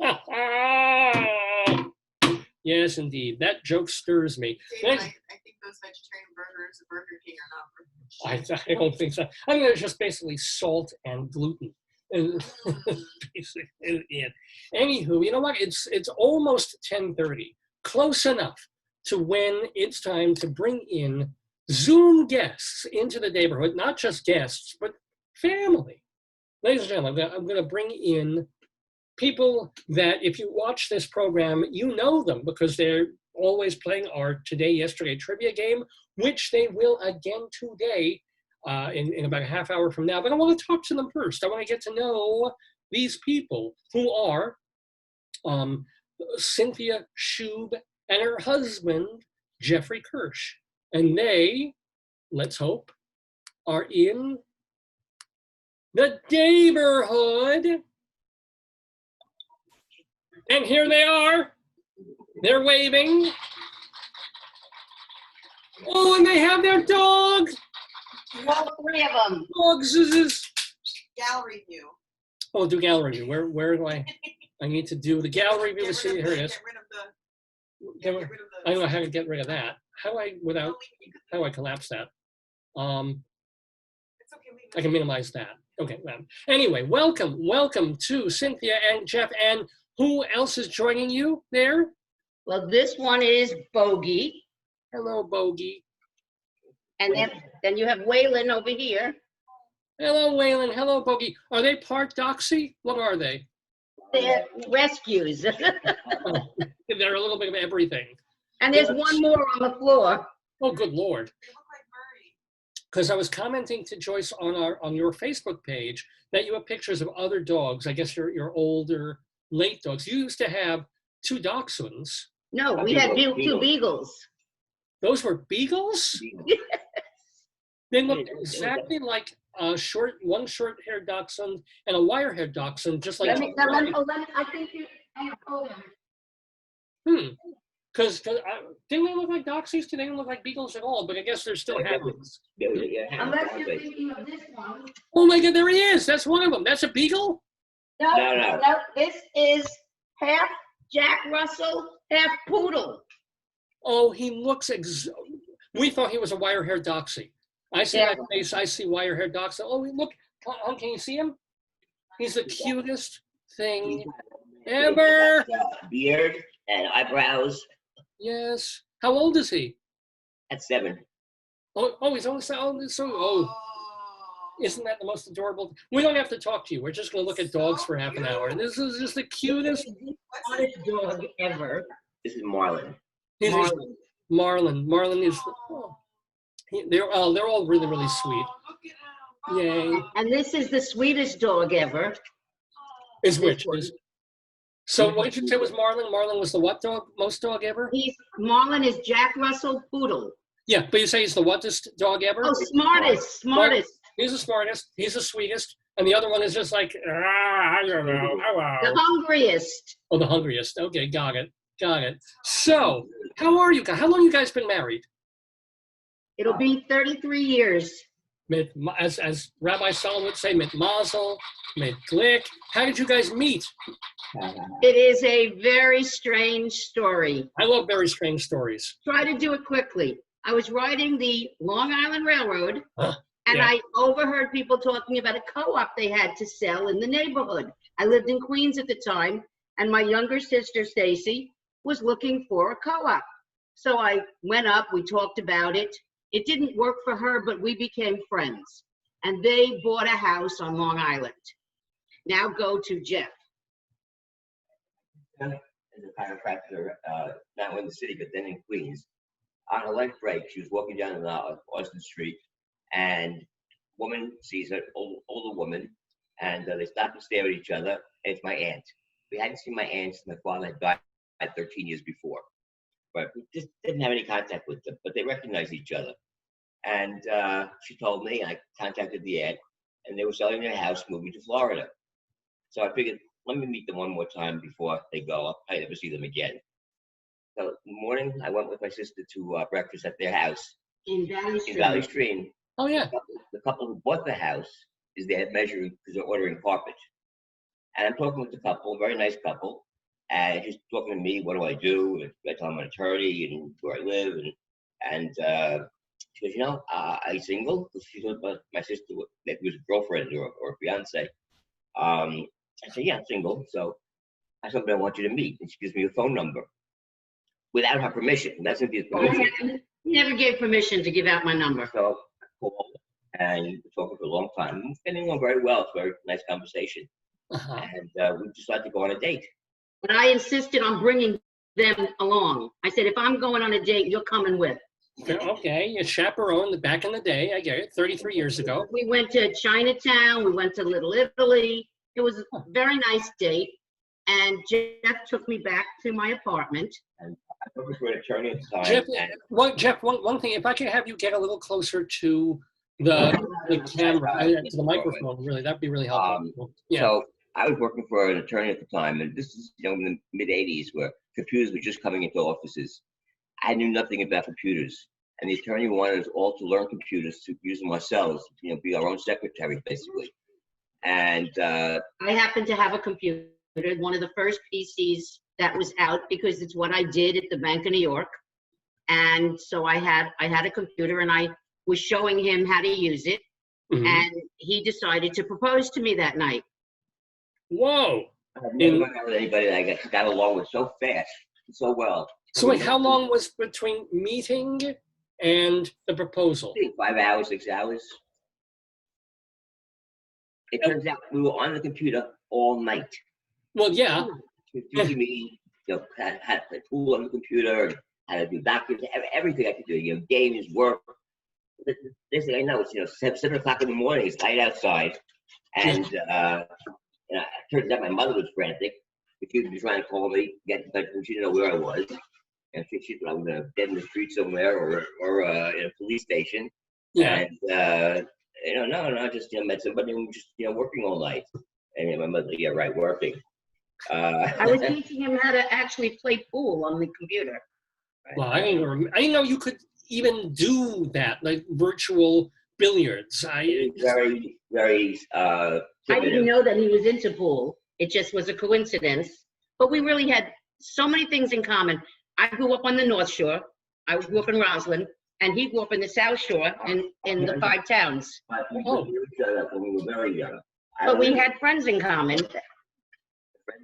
He actually went to summer camp, at the same summer camp as my younger sister. And so my sister and his sister knew each other.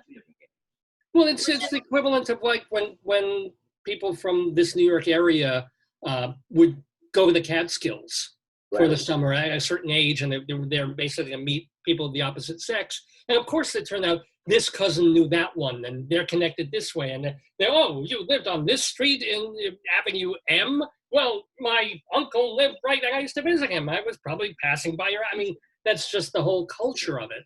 It's Jewish geography. Yes, indeed. So you said yes when he proposed. No, I actually said, would it be okay if I gave you an answer tomorrow? And did you give her the 24-hour window? And what was your answer? Yeah. We got married. That was September 1st, and we got married in December. Wow. And it's lasting, and it's stuck. That's the amazing thing. Some people have courtships that go on for 3-4 years. They get married. And we've done divorces for those people.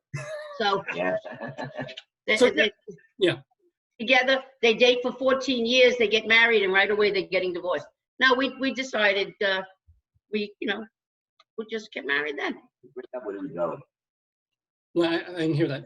What did you say? They would break up. Where did we go? Where would we go? Where would you go at this point? Well, yeah, and how do you separate? You have 3 dogs. So each of you gets 1 dog, and then you have to saw the other one. Well, Elias gets 1. Oh, God. We've decided. Now, here's a lot of different questions I want to ask you guys, and we talked about this a little bit on the program months and months ago. Since we're still in a pandemic, where I'm talking to you not in person, but of course via Zoom, you have a son. Speaking of Jewish geography, a son that I met without even knowing who the hell he was when I was riding on the Long Island Railroad, and he was taking my ticket. And yes. I told you the story. He recognized me because I was on your computer every Saturday morning doing this nonsense. And it was like, and this is, I guess I was doing video already. And he said, do you have a show? I'm like, yeah, kind of. And then he says, oh yeah, my parents watch it. I'm like, great, I have fans. And then he tells, and we talk a little bit more, even in the little time that he's moving down the aisle of the railroad. And I said, wait a minute, are you Cynthia and Jeff's kid? And he said, yeah. And he said, not only did this stranger suddenly become like, oh, he knows who I am, but you're my cousin, we're blood. So how are we blood? Your great-grandmother is a Shub, and her brother was my grandfather. Okay, so your father's grandmother and my grandfather were brother and sister. Okay, and her name was Chana. Okay. Or in English, yeah. In English, it's Anna, but right. In Hebrew, it's Chana, and I'm named for her. So you're named for your great-grandmother. You're named for not her sister. You're named for my great-grandmother. Yes. I guess and that's would be on my father's side, I'm assuming. Yes, your father's side. Your great-grandmother was Shub, Chana Shub. Right. And she married Lefkowitz. Mm-hmm. And her first name, like I said, was Chana, and my Hebrew name is Chana Basha. I'm named for 2 of my grandfather's sisters. So was that my great-grandpa Louis, is we're talking about? Yes. Now, and by the way, for folks watching at home, no, I'm not related, as far as I know, to Louis Lefkowitz, the former Attorney General. I've checked. Different Louis. Alas. I'd be living a very different lifestyle if it was a different Louis, I'm telling you. But so that is how we are. We are quite literally. What does that make you? A second, a third, a first? Let's see. The 2. So my father and your father were first cousins. Wow. My father and your my father and your grandfather, I guess, would have been first cousins. So my grandpa's parents were siblings. So I and your father are second cousins. Okay, and are you my third cousin then? No, you and Elias are third cousins. You and I are second once removed. Oh, I can't follow that stuff. This has to do with generations. I had a hernia once removed. I cannot follow this kind of discourse and logic. Yeah, Jeff, you want to chime in? My father and his grandfather were first cousins. Yeah. Turning into a Woody Allen film here. I'm just like, I'm like, my gosh, you've explained it to me very clearly, and I still have no freaking clue. I've got to listen. One of these days, check out the family tree. It's really interesting. My cousin Michael is very much into. Have you ever met Michael Levine? My wonderful cousin, Michael. I believe he and my dad were close. I know that he and my dad and Bonnie and her husband were very close. You know, I mean, I knew all the names. Tell me, you know what? Tell me something, if you can, about if you know anything about my great-grandfather Louis. I don't. He's a little bit too old for me to have known him. Yeah. But whatever I do, whatever I find, I put on the tree. You know, because you can add notes and, you know, like where are they buried and where are they from, when were they born, all of that's on the tree. Yeah, but I'm always hoping for stories and anecdotes to have, because obviously I've never met my grandpa Louis, or I don't know if you ever met my grandpa Sam and my grandma Lucy. You guys know? Know the names. Know the names. I don't know. You know, my dad died very young. So, you know, he's gone a very long time. Sorry, yeah. So I really, you know, that was the end of my contact with the Shube side.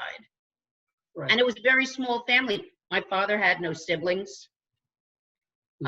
So I really never, it was very exciting to me to find Shube relatives. Yeah, well, did you do the 23andMe thing? Because apparently I've got 4 million relatives all over the planet. Yeah. Well, it's Jewish endogamy. Jeffrey and I are related. We're like fourth or fifth cousins, but all Jews are related. When you get down to it, we're all related because little villages. You know? But they said, what I read is there were like 300 Jews to start with, and we all come from the same. And every single one of them was annoying. It's amazing. Every single of those first 300 Jews. Right. Rabbi Saul just handed this to me. Rabbi Saul just said, yes, it's true. It's true. Rabbi Saul probably knows this. No, but we make fun of the Orthodox. I make fun of the Orthodox for their inbreeding, and they're all like copulating with each other, having kids with 4 heads. But it's, you know. Listen, on my tree, I have first cousins married many times. We have men who married, you know, their sister-in-law. We have after the, you know, that was the custom when if the wife passed. Because of Tay-Sachs Jamboree. That's one of the reasons that we have that, the Jewish genetic. Yeah, the gene pool. I mean, we gotta stop marrying our cousins, even if they're third or fourth or you know. But no matter how far apart we go, we're gonna run into a cousin if they're Jewish. My uncle was on a date. He found out that he was on a date with his third cousin, who we'd never known. So is that close enough? Or if you marry a third cousin?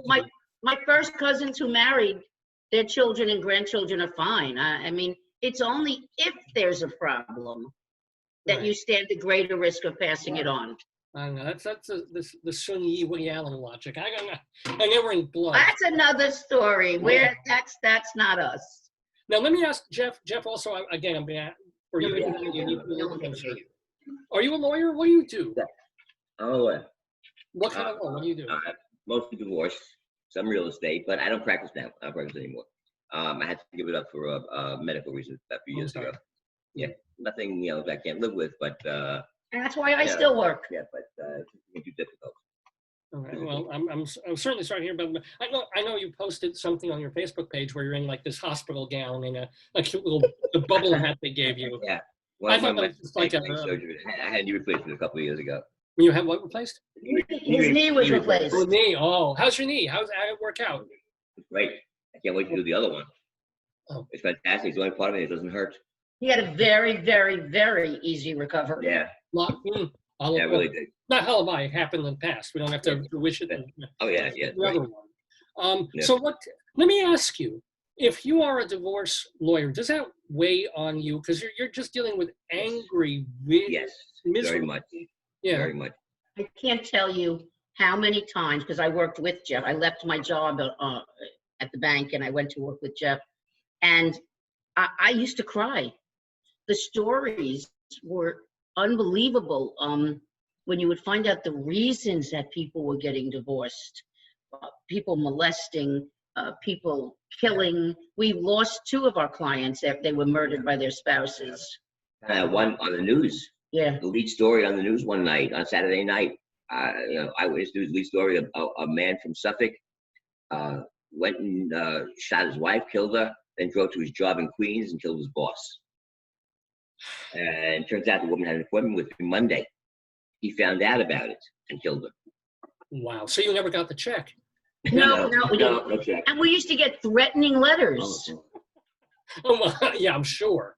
I mean, think about it. You are representing the other side in an incredibly emotional, heated dispute. Did anybody ever try and actually carry out a threat, or would they just? But we once received an envelope with white powder, and we called the police and had them take it because we didn't know what it was. We once got a letter that said, "I know where you live. You are divorcing my friends. Do not do it." But they never said, "Oh yeah, I know people," but they never told us who the couple was. Oh, that's brilliant. And that's smart. Wow. Well, so good on you for getting out of that. Yeah, Jeff. Always felt an obligation to make sure that people really know what they're doing. Make sure they really want to go ahead with the divorce. So we would speak with them separately. And one man did not want the divorce. He loved his wife. He was crazy in love with her. And Cynthia took the wife aside and said, "Are you sure about the divorce? Are you sure about it? If I had a gun, I'd blow his brains out." So we went ahead with it, My sister's asking if we have any funny stories. Yeah, do you have any funny? The elderly couple.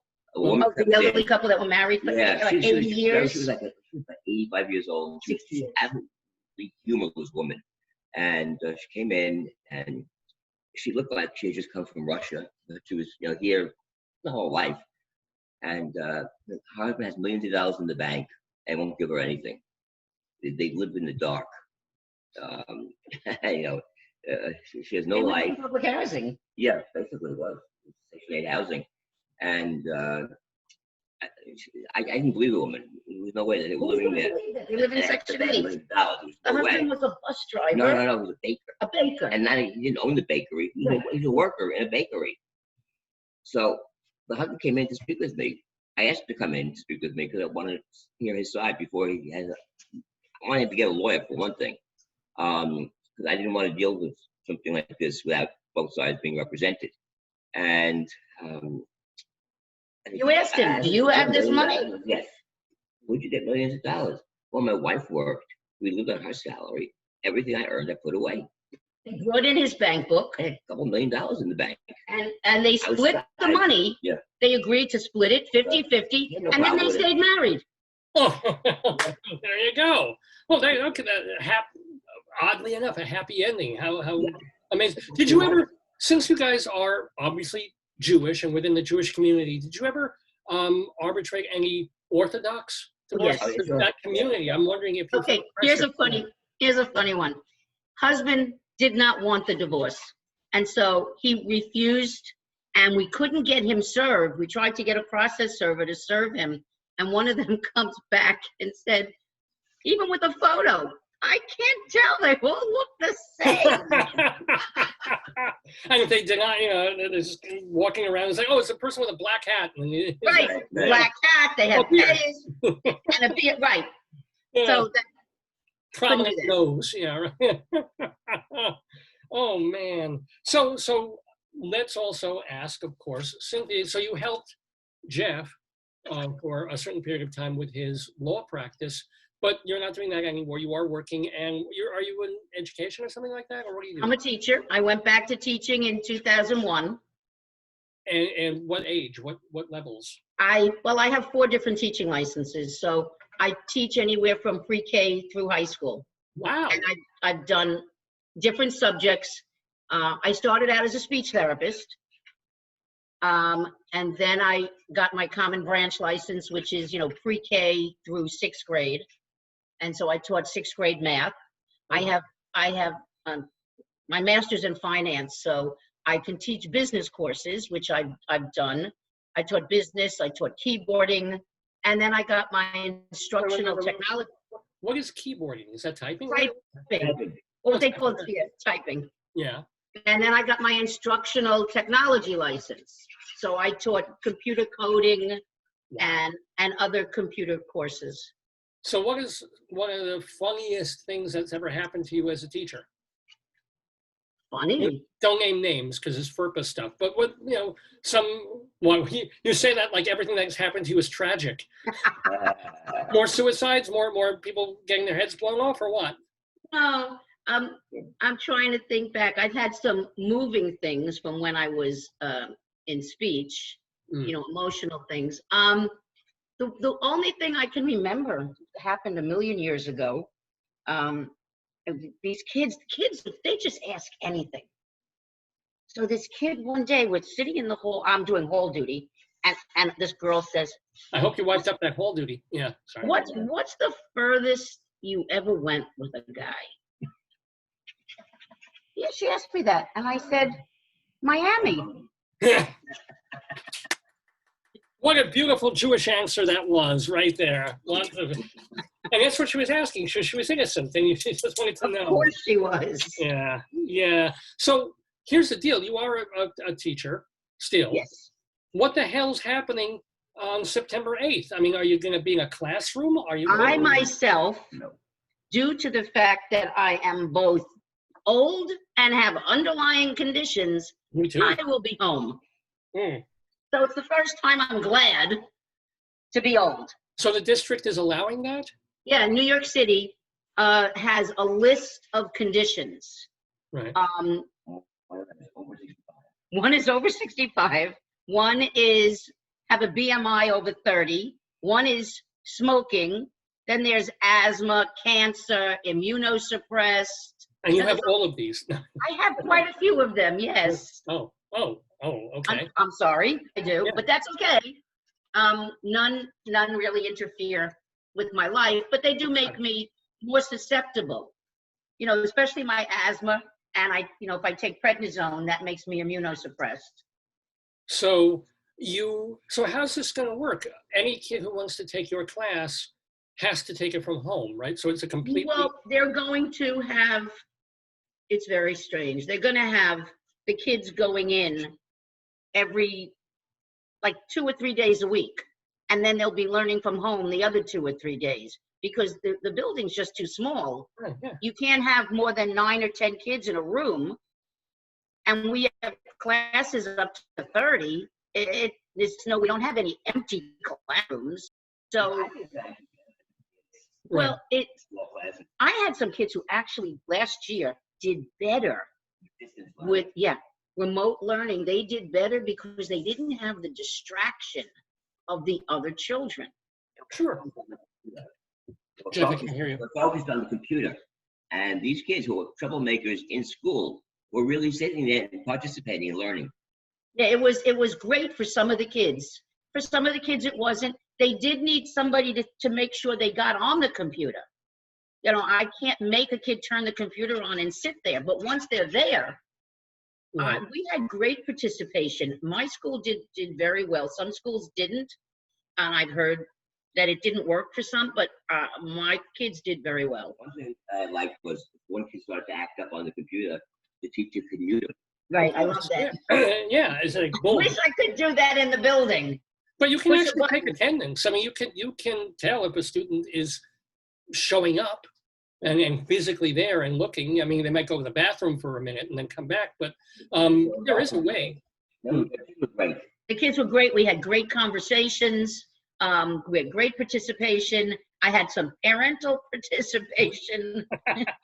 It's like, I don't need to know that you know this. I really need to know that your child knows this. Excellent. But done right, they can learn a lot. Yeah, it worked for us. Speaking of children, I forgot to mention, we were talking before about your kid, who I met on the Long Island Railroad. What I didn't mention is that, this pandemic we're having is not a hoax. It's real, and your son suffered from it. He got it very early. He got it back in March. And he totally lost his sense of smell. It's still coming back. He ran high fevers. He had hallucinations. But he's recovered. Did he have to go to the hospital? No. But it's a mild case. And that was a mild case. It did not affect his breathing, which was good. because we have the things that check your oxygen level. You know, you put your finger in. He said it never went below like 98. So it didn't attack his lungs, it attacked his intestinal tract. Oh. There's like 2 versions of it. He was lucky. He did. He was back working for the LIRR, what, like 3 weeks later? How much later? Huh? About a month. About a month later. And did they ever figure out, if he's got the antibodies, if he He does. He has antibodies, but we don't know if he still has. We don't know how long they last. So are you allowed to be around him? Well, I try not to be. The way this house, we're renting since we sold our house. We're moving to Arizona. Right, we bought a house in Arizona. So until we move, we rented this house. And so he has upstairs and we have a bedroom downstairs. And so during that, when Elias was ill, he was upstairs. Jeff and the dogs were in the living room and I was in the bedroom. And we just stayed totally apart, totally. Wow. And now, I have to be near him now. We've been out looking for a house for him, which I believe we just found. We had the inspection this week. Oh, Thank you. Waiting for the contract. So I have been out with him. I don't know if he can catch it again. That's my concern. Can he bring it home? I don't know. Well, you guys can. You're more. He had it. He got over it. So he's strong. He's young. You guys are susceptible. He brings it to you from some. Yeah, we won't make it. Yeah. If he brings it here, we're not making it. And so we're trying. I don't go anywhere except to look at houses. That's it. Wow. I'm going wow, but everybody's living like that. I don't go anywhere except to work and to shop in the supermarket. Yeah, I send him to shop. Can I ask Joyce if you can bring me my cell phone, because I want to remind our guest, because in just a couple of minutes, if you see it, if you can't find it, let me. Oh, there it is. Or text him. Because we're going to have you guys playing our trivia game, our today, yesterday game in just a couple of minutes. And I'm hoping that my good friend Jeff will be playing against you. We'll do it in sort of a tournament style. And if that doesn't happen, we'll just play it with you guys. But yeah. Are we going to be calling out the answers, or how do you want that? Well, what I'll ask you to do is, if you know the answer, just hold on to it for a moment so people can kind of play at home. But yeah, it's going to be it's not going to be like every week here where I say the question, I say it again, and then 5 minutes goes by before I can give the answer. The delay is enormous. Yeah, but if it's more like a game where people are tuning in to watch Jeopardy and it's you versus Jeff, I can make that more of a game and not delay so much. Right. And I can ask for the answer pretty quickly, which should be fun. So anyway, but first of all, let me remind people, that we're talking with my cousins, Jeffrey Kirsch and Cynthia Kirsch. Fantastic. Yes, thank you. We just reminded Jeff, in case he should be awake, he should be back in New York. And I'll give him a couple of minutes to sign on. If he does, fantastic. If he doesn't, let me also remind people, it's 11 o'clock in the morning Eastern time, and you're watching Dave's Gone By with me, Dave Lefkowitz, my darling and adorable wife, Joyce. It is our 758th episode of the program. We're calling it Shubie-Doo in honor, even though Jeffrey is actually a Kirsch, in honor of the Shub branch of my family tree. Let's see, our archives are at davesgoneby.com, also at archive.org and castbox.fm. And this program is partially brought to you by the fine folks at Hewlett Minuteman Press, the copy kings of Broadway in Hewlett, Long Island. So if you have any copying or printing or binding that you need to do, if you want to put your logo on a shirt or on uniforms, if you want to put up calendars that promote your business, if you need business cards, if you need wedding invitations, if you need balloons and banners and you need office supplies, Hewlett Minuteman Press is the place that can personalize that for you and really get your business going. Aren't they also a UPS drop-off? Oh yeah, that was one of the reasons that they were an essential service during the early days of COVID. They didn't close. They had limited hours, and they unfortunately had to cut back staff during that time. But they were there, doing their thing. Hewlett Minuteman Press, 516-569-5577, area code 516-569-5577. And if you tell them Dave sent you, you get 10% off any job, big or small. So give them a call, 516-569-5577. Hewlett Minuteman Press, they are the copy kings. Well, I feel king of the world when I get to do this program every Saturday morning. It is August 8th, 2020. And so we think about the many, many August 8ths that have passed in previous times. So I've come up with a quiz that we do every week called Today, Yesterday. So yesterday is August 8th, but I'm going to ask a bunch of trivia questions all about August 8th in history. And I'm going to give Jeff until 11:03 to try and take. He's probably sleeping in, but I'm going to give him. We scared him. We scared him. He doesn't want to play against you guys. You guys, go. Yeah. See if we can get him on the phone. Because what I can do is start reading the rules, but the rules won't make sense unless he joins. So I'm going to give Jeff one more. Let me ask you one more question then.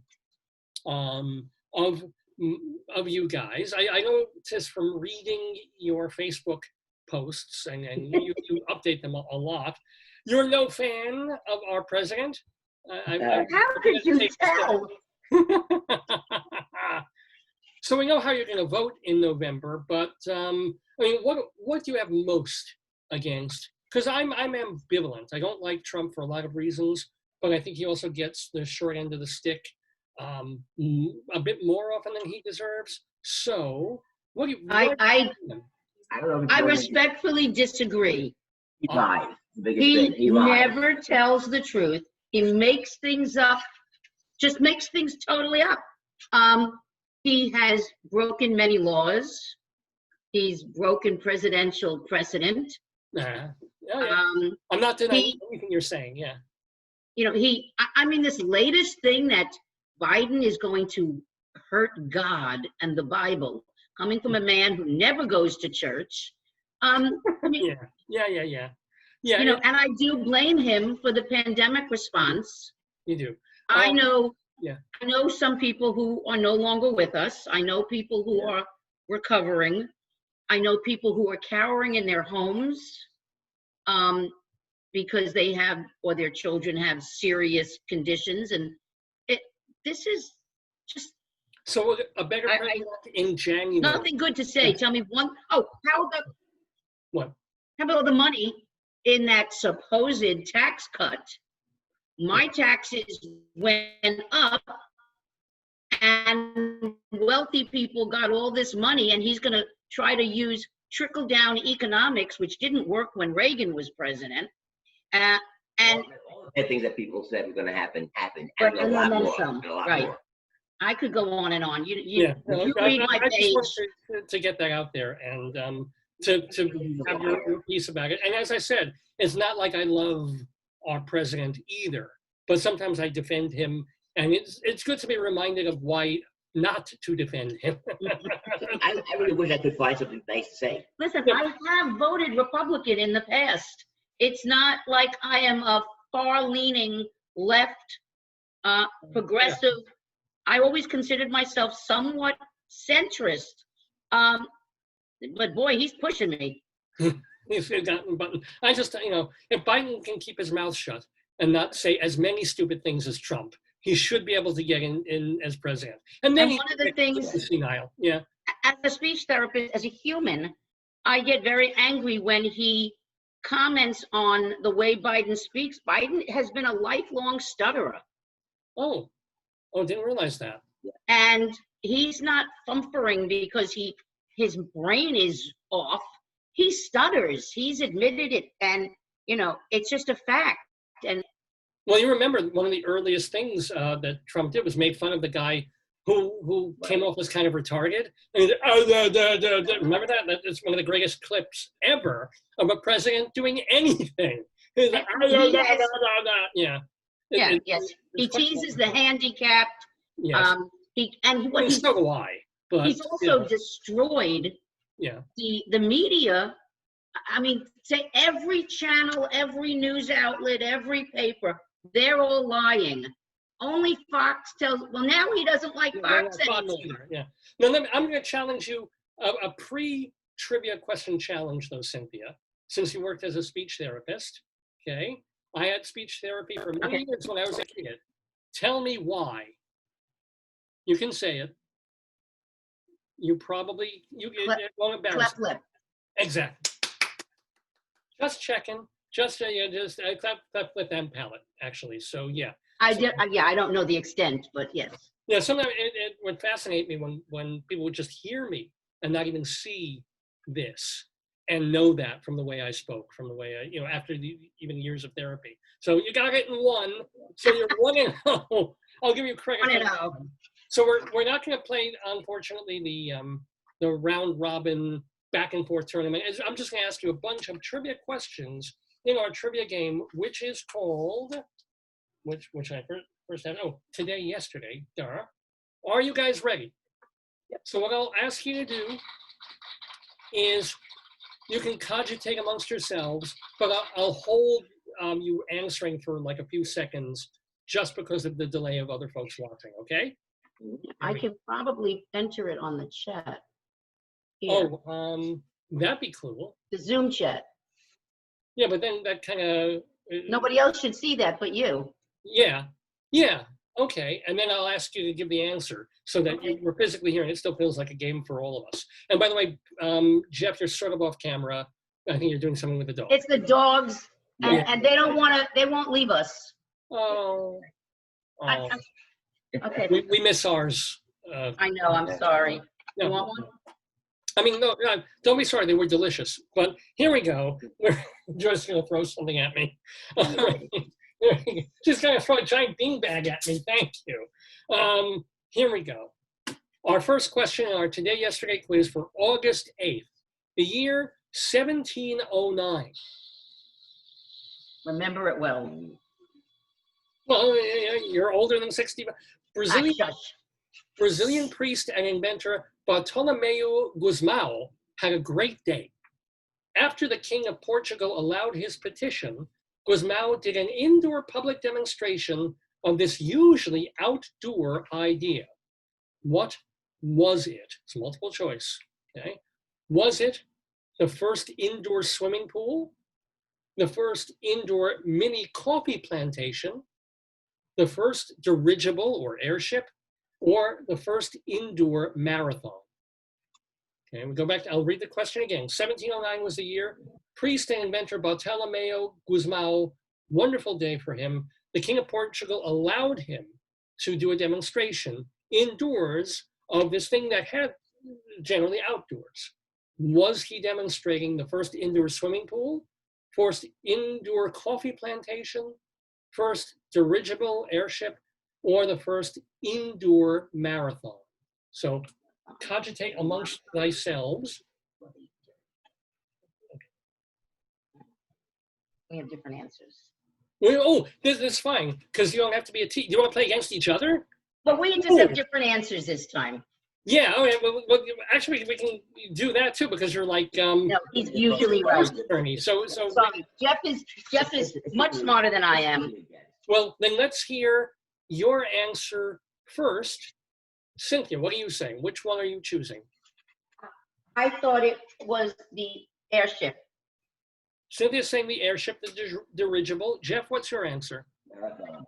I didn't hear that, I'm sorry. Marathon. The marathon, the indoor marathon. And my wife, Joyce, who used to love coffee, now she's a big tea drinker. Sorry, rented lips. It's the hair lip, that's right. No, and the answer is, I didn't even do the...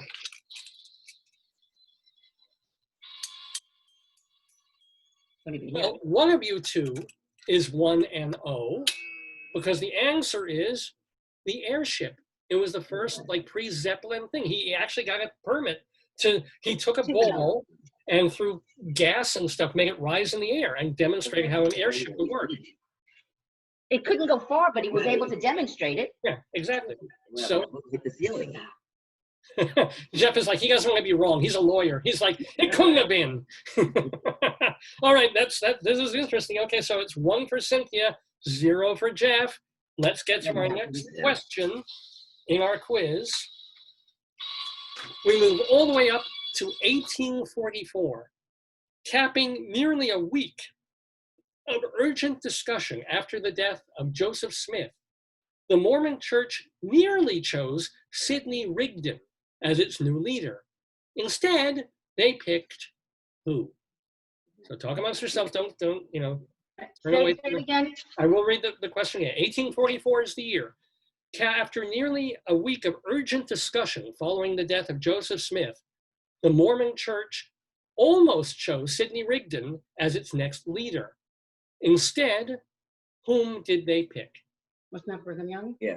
Brigham Young. Go with Brigham Young. They're going with Brigham Young. You're saying? Joseph Smith Jr. Joyce says Joseph Smith Jr., which is kind of, and the answer is, I didn't even have my prop for the question, but here we go. You are correct. You are both correct. It was Brigham Young. So Sidney was Jewish.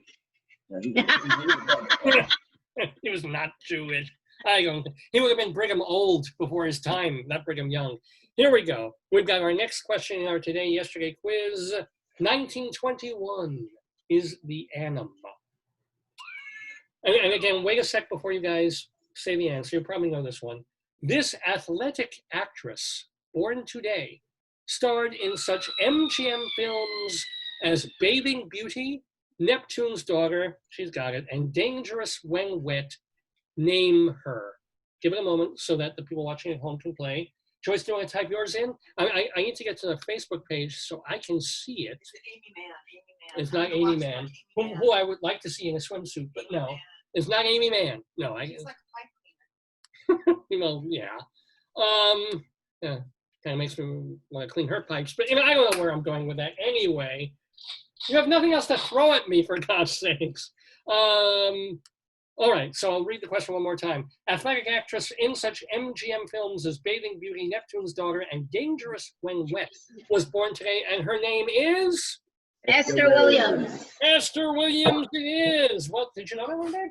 It took the name of one of our people and said Gareth Williams. Gareth, I don't know. It's Esther Williams indeed. Well done. So, Cynthia, I think you're like 3 or. I'm 3-0 unless you count that first question. That makes it 4. It makes it 4. That first question actually. Each question. Oh, okay, right. Yes.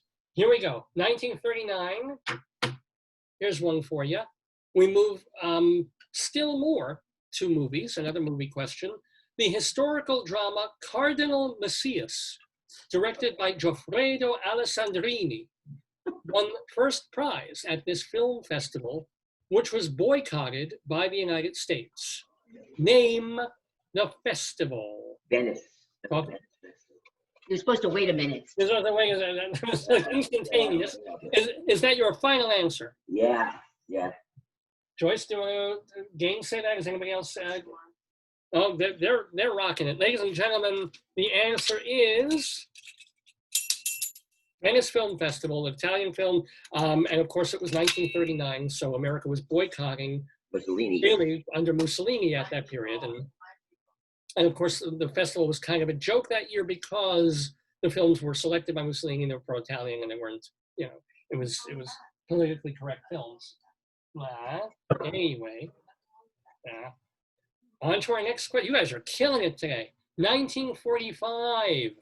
Speaking of, war things, Russia, the United States, and countries in the European Advisory Commission signed a charter today which set down rules and procedures for what post-war legal event.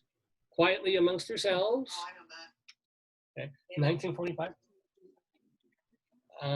1945 was the year Russia, America, and countries in the European Advisory Commission signed a charter today to set down rules and procedures for what post-war legal event. Yeah. I'll give you, before you say it, I'll give you a hint, and folks at home a hint. It was carried out later that year and into 1946. Can you spell it when you say it's like I think I know it. Okay, let's hear your answer. I'm saying the Nuremberg trials. Jeff, are you on board with that? Joyce, Joyce actually got it early too. Well done.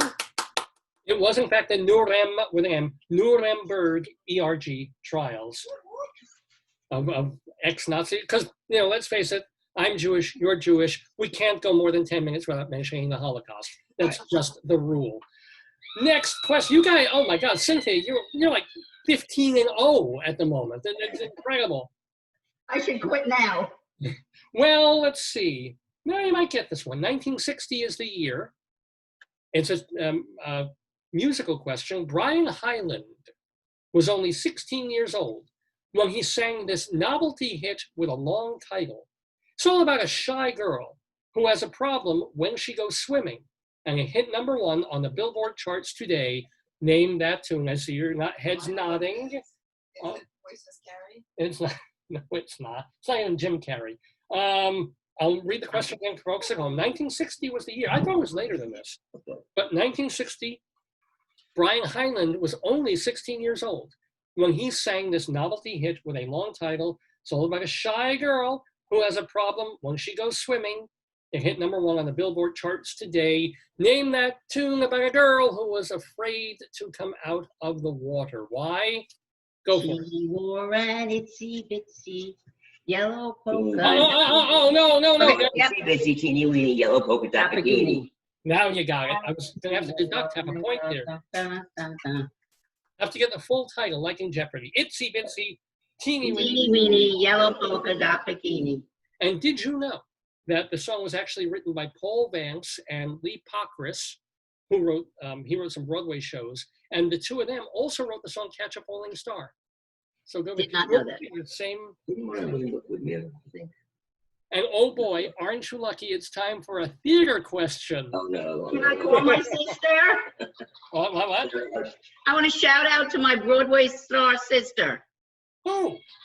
My sister Lauren was on Broadway. I told you. Lauren, remind Shoot. you didn't tell my listeners, but again, Lauren was in what? And She was in The Utter Glory of Morrissey Hall right. in the 80s. She's there with Colleen Dewhurst? Yeah. Wow. Well, how's she doing? Well, she's moved out to California, All so right. she's doing great. She's with her grandchildren and her husband and enjoying. She's amazing. Oh yeah, she's an amazing jazz singer. Oh, her name is Lauren Shoup? Yeah. Lauren, S-H. She has an album. I'll send you a link to it. Please, I can't play it on here because of copyright stuff, but I can direct people to it. Yeah, Lauren Shoup. And did she do more acting after the Broadway thing? Or Well, she's done a lot of stuff. She's done summer stock. She's done commercials. She's done movies. She's been a lot. I don't have her resume, but yeah, she's been active. Well, sure. Shout out to her, and then maybe we'll get her on the show too to talk about her career. That'd be so cool. Yeah, she has worked with some very big names. Ooh, yeah. Okay. Joyce is in the. Wait a minute. That is your sister? Yeah. How old is your? No offense, but how? If she was in the Utter Glory of Morrissey Hall. She's a little tiny bit older than me. Tiny. Right. Wow. If that's her, I mean, she looks 30. I wonder if that meant. Well, anyway. It's Eugene. She's a Pandora channel. Oh. Yeah, she's on Pandora. She's a Pandora channel. So find Lauren Shoup on Pandora. Let's get back to the quiz, which is a theater quiz. So maybe your sister would be a little closer on this one. Let's see. 1964 is the year. Closing today at Broadway's Broadhurst Theater was this hit musical by the same duo who wrote The Fantastics. Now, this show was based on the play The Rainmaker and told about a spinster farm girl who was charmed by a rainmaker. Name the show. All my theater friends, Jeff would get this in like 4 seconds.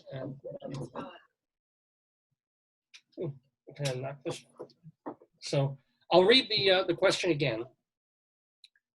Closing today, back in 1964, at the Broadhurst Theater on Broadway was a hit musical by the same folks who wrote The Fantastics. The show was based on the play The Rainmaker told about a young girl, little farm girl, nope, it's not Oklahoma, who is charmed by a guy who comes to town, something of perhaps a con man, and rainmaker, or calls himself a rainmaker. It's not Carousel. However, here's a hint, because you guys seem to be fumfering on this one. Joyce mentioned Carousel, which was the first real major Broadway appearance of Audra McDonald. And Audra McDonald and Steve Kazee starred in the 2007 revival on Broadway of this same musical. It's not The Music Man, right? It's not The Music Man. Same kind of story. Oh boy. Oh man. Oh, Cat on a Hot Tin Roof. No, Yeah, one. Well, you've got the idea. Oh God. He's hot. He's sweating. He's Because it's so. Oh my God. Middle of the summer. It's not too damn hot. Not too damn hot. Damn hot. No, it's Damn hot. oh, you know, it's even no matter where you go, even under a building, even under a tree. What? never on the roof.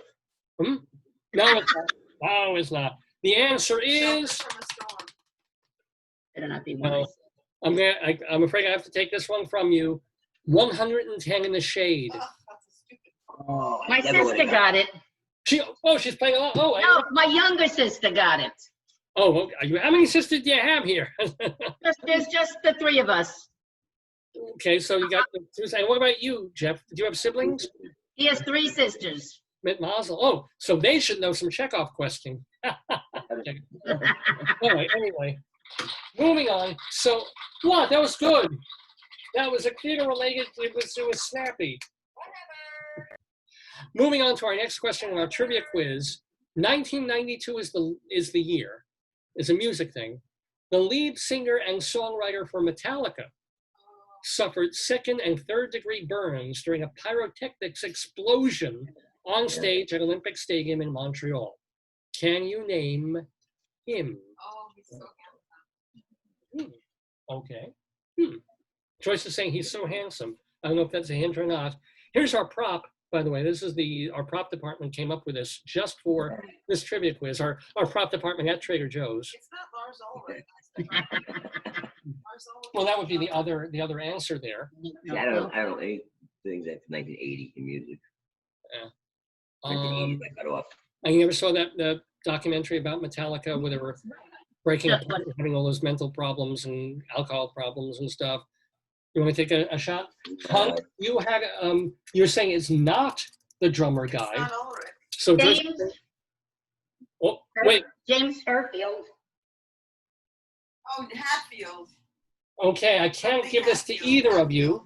No, that's not the real McCoy. My younger sister is texting me an answer. You're on the right track, but it's not quite the right name. Hetfield.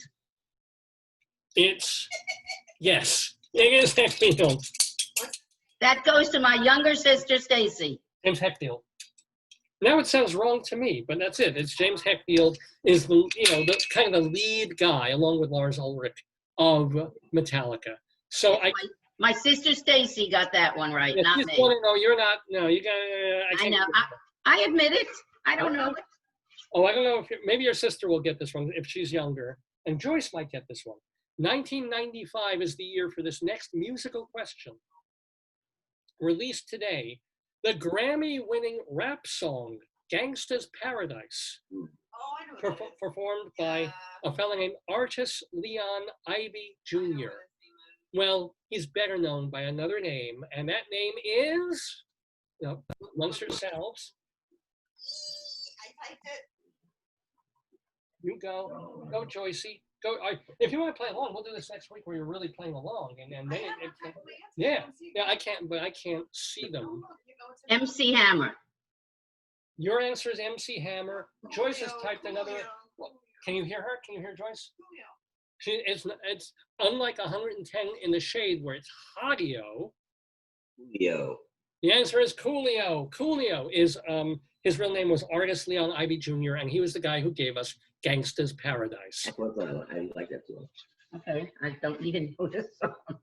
See, now, if Jeff were playing against her, I would have had this so that the questions would have been random and they could have gone to anybody. But here we go. Next question.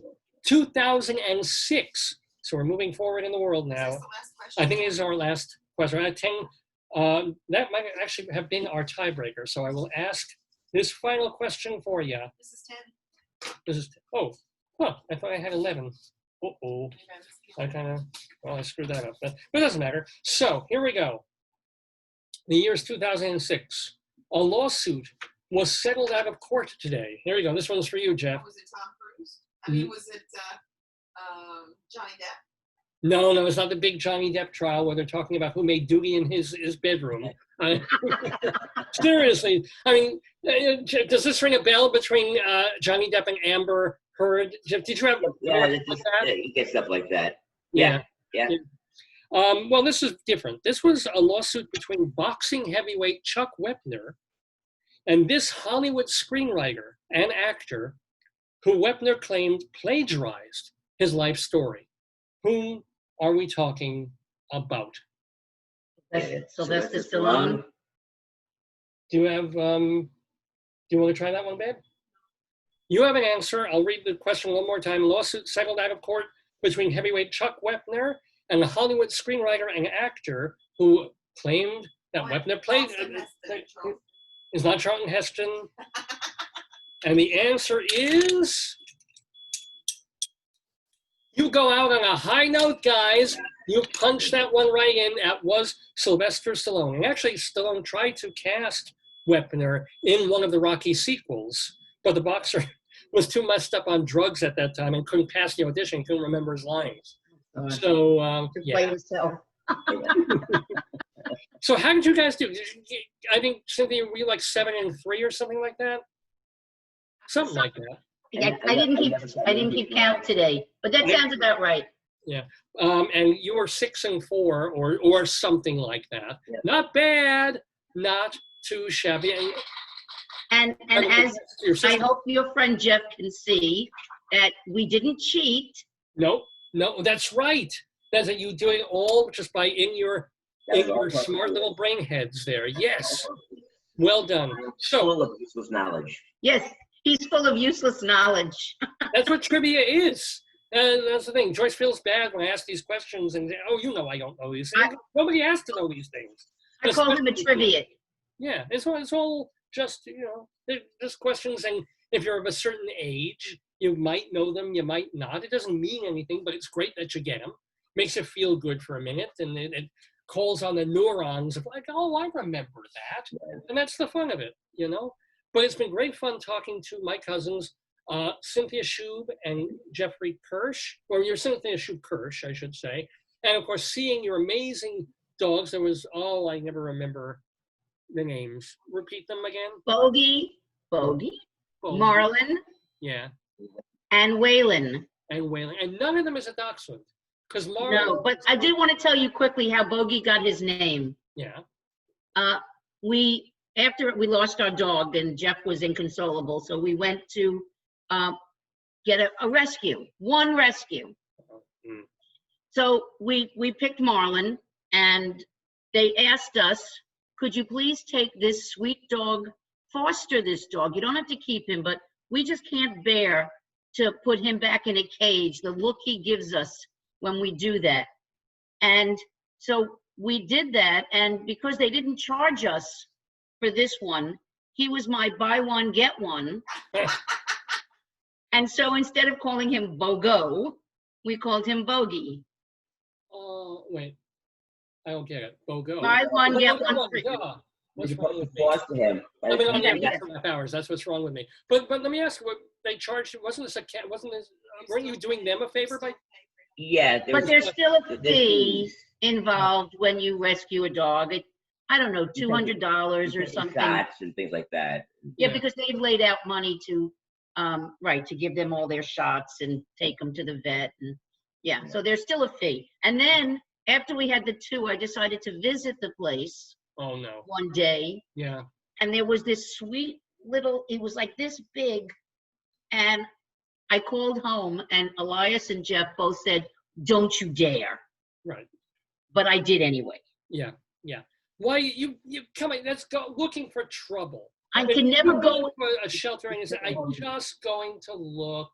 We're not buying, just window shopping. Forget it. I can never go in a pet shelter. I can't go anymore. No, don't. I mean, maybe, I don't know how much room. Your Arizona place looks like a palace. You will have room for. But I decided, because in that, I can't put them out in the backyard alone. We Right. have to actually, it's not safe out there. Yeah. Well, they have What, mountain snakes? lions and snakes and, Scorpions, Arizona sounds wonderful. Yeah. buzzards that come down. well, other than that, you haven't seen the pool yet. But other than that, so we decided we have to walk them. I can walk one, he can walk one. So we're at a limit of 2. I Oh, you can't have walk. 3. Well, one is staying with Elias. Elias is your son, the COVID guy. Right. The The COVID guy. Yeah. He's better, you say the Long Island Railroad guy. But yeah, Right. so he's claimed one. Oh, good. Oh, good. So, and he's bought a house, so he'll have room for a dog. Yeah, Play with with a huge yard. The dog's going to be very happy. He won't have to deal with the other 2. He likes to be alone more. Hmm. And these 2 were, when we rescued them, they had been rescued together from Kentucky. And so they always known each other. And so they need to stay together. It sounds like a perfect situation, guys. And It's worked out.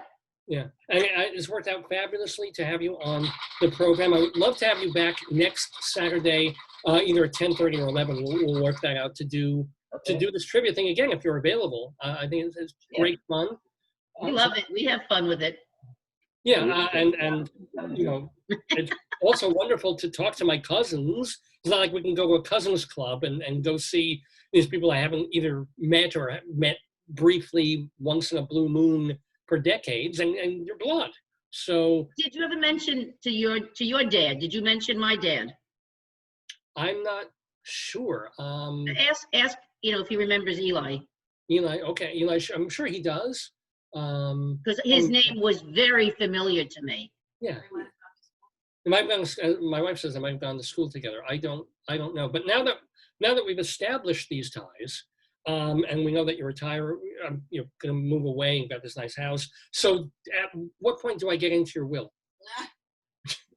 I'm supposed to get a laugh at it. Well, the lawyer laughs. Of course. Sorry, I didn't hear that. Oh. There we go. There's the laugh I was looking for.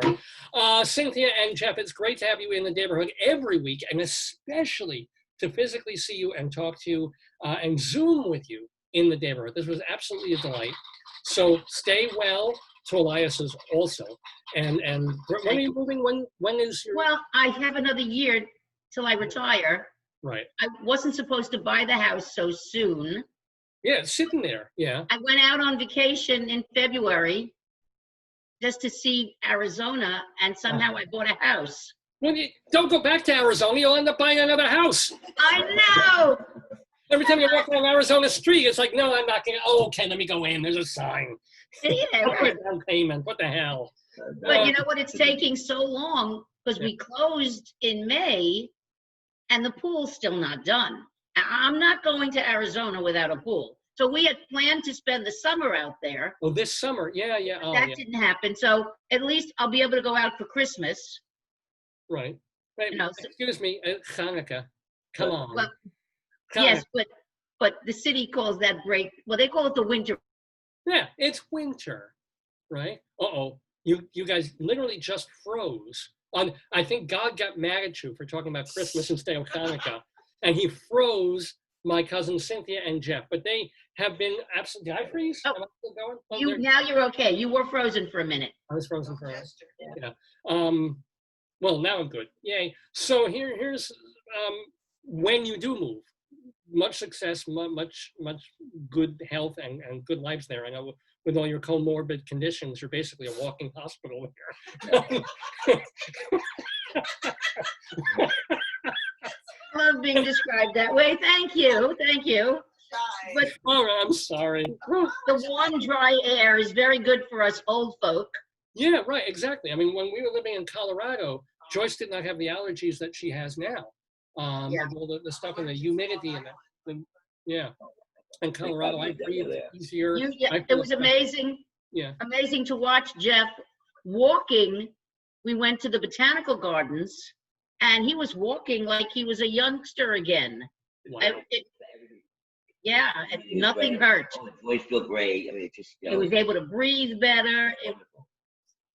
So we're looking forward to that. Yeah, Joyce is saying, yeah, of course he was breathing better. He was smoking cannabis, which is legal now, but I don't think it is. And Arizona it probably isn't. Arizona's a little conservative. Yeah. But if I want it, I can always get it. So it's one of my comorbidities. I just, am not doing that. I would just be careful if you live in Tucson because all the people there have Phoenix envy. Cynthia and Jeff, a delight to have you in the neighborhood. See you, God willing, next week. And all best to you. Have a wonderful, wonderful, safe, and healthy week. Thank you. You too. Bye-bye. Bye. Bye-bye. So I need to get participants. I need to Say bye-bye. bye-bye. And hold on. Remove and okay. Bye-bye. Ladies and gentlemen, Cynthia and Jeff, my cousins, well, weren't they fun? That was just absolutely marvelous. Here on Dave's Gone By, live on this Saturday, August 8th, 2020. I called Jeff and I texted him and I hung up and then I texted him. He forgot. He probably overslept. He's flying. Maybe he's on the plane. He's Joe. Maybe. It would be nice to have him, but that was perfectly great. And what we can also do is we can really get you to play along. Yeah, but you know what I like? That it was proof that they weren't cheating. Because remember, Jeff I never suspected they would but cheat. Jeff had said that, so he said they looked it up on Google. So he was kidding. But this way that you could actually see that they weren't. Although on one question they did, her sister chimed in. That's no fair. That's phone a friend. That's a different game. But she owned it. She had said she said. Anywho, ladies and gentlemen, we still have so much more to do on this. There's a giant truck backing up in front of our house here. It's an earth moving sort of thing from New Holland. It's like yellow. It's colored like a bumblebee. Wow. It's got one of these big thing. No, a place to hold like a giant, enormous basket to hold earth and stuff. That's not good. So they're getting the bodies. The ones that I buried. Yeah, there they go. It's probably a septic tank. Oh, I hope so. I love septic tanks. It says masonry. Tanks for the memory. Yeah, no, it's probably like cement and stuff. They're maybe doing a driveway or the guy across the street with the daycare. That could be. Anywho, whatever's going on outside, it doesn't affect what's going on in the neighborhood on this Saturday, our 758th episode. On the camera and I don't. You look. Do you want to go on the camera? No, not on this one. What do you mean? This is my Mac. Got a lot of people talking. Oh, yeah. Let's have some names. You Give me a tote. What? You got Billy. Mm-hmm. Jimmy. Billy, Jimmy. Frank. Hello, Frank. Danny, Jim. Yeah. Christopher, Charles, Alexander, Benjamin, James, Michael, Rosie, Alan, and Scott. Welcome. My God, what a wonderful group. I hope you enjoyed what we've been doing. I took screenshots where they said you're so freaking funny. Yeah. Oh, that's fun. Thank you. Thank you for doing that. We have so much more to do. We'll have our Inside Broadway segment coming up. And it's fine. We try and do the show. I try and be hilariously funny. I know. We'll probably be out here about 12:30. So we'll have our Colorado Limerick of the Damned, our Wretched Pun of Destiny, and to bring us down a level, we'll even go inside Broadway for some dead theater people to talk about. But before, yeah, but there's still people dying. I'm going to toss this to you carefully. Good. And what I want to do is, before I bring in before I do Inside Broadway and that other stuff, Rabbi Saul is a little irritated because usually he does the interviews on this program. Usually he's the guy who gets to talk to the celebrities and the singers and the writers and all that. And this time I took the interview for myself because they're my cousins. I want to talk to my own kin. But I did promise that Rabbi Saul could be on the program this week because he wants to do this new segment that he's been doing where he goes into the newspapers sort of like his version of Grizzly Crimes at All Times, of two Jewish-oriented, oriented newspapers that we get here locally in the 5 towns, and point out some things in those papers that you might not be aware of. So to come out of the previous segment, I actually do have some SHUBIE. Is he going to do the blessing? Sort of, I gotta open those up. Oh my gosh, we'll do that later too. We'll do a Shechianu if you remind them. Yeah. So meanwhile, I haven't heard, I've heard many, many times the original SHUBIE Taylor version of Somewhere Over the Rainbow. I didn't realize he did a piano acoustic version as well. So in honor of my Shub cousins, here's SHUBIE Taylor, and the rabbi will be right with you. Over the rainbow.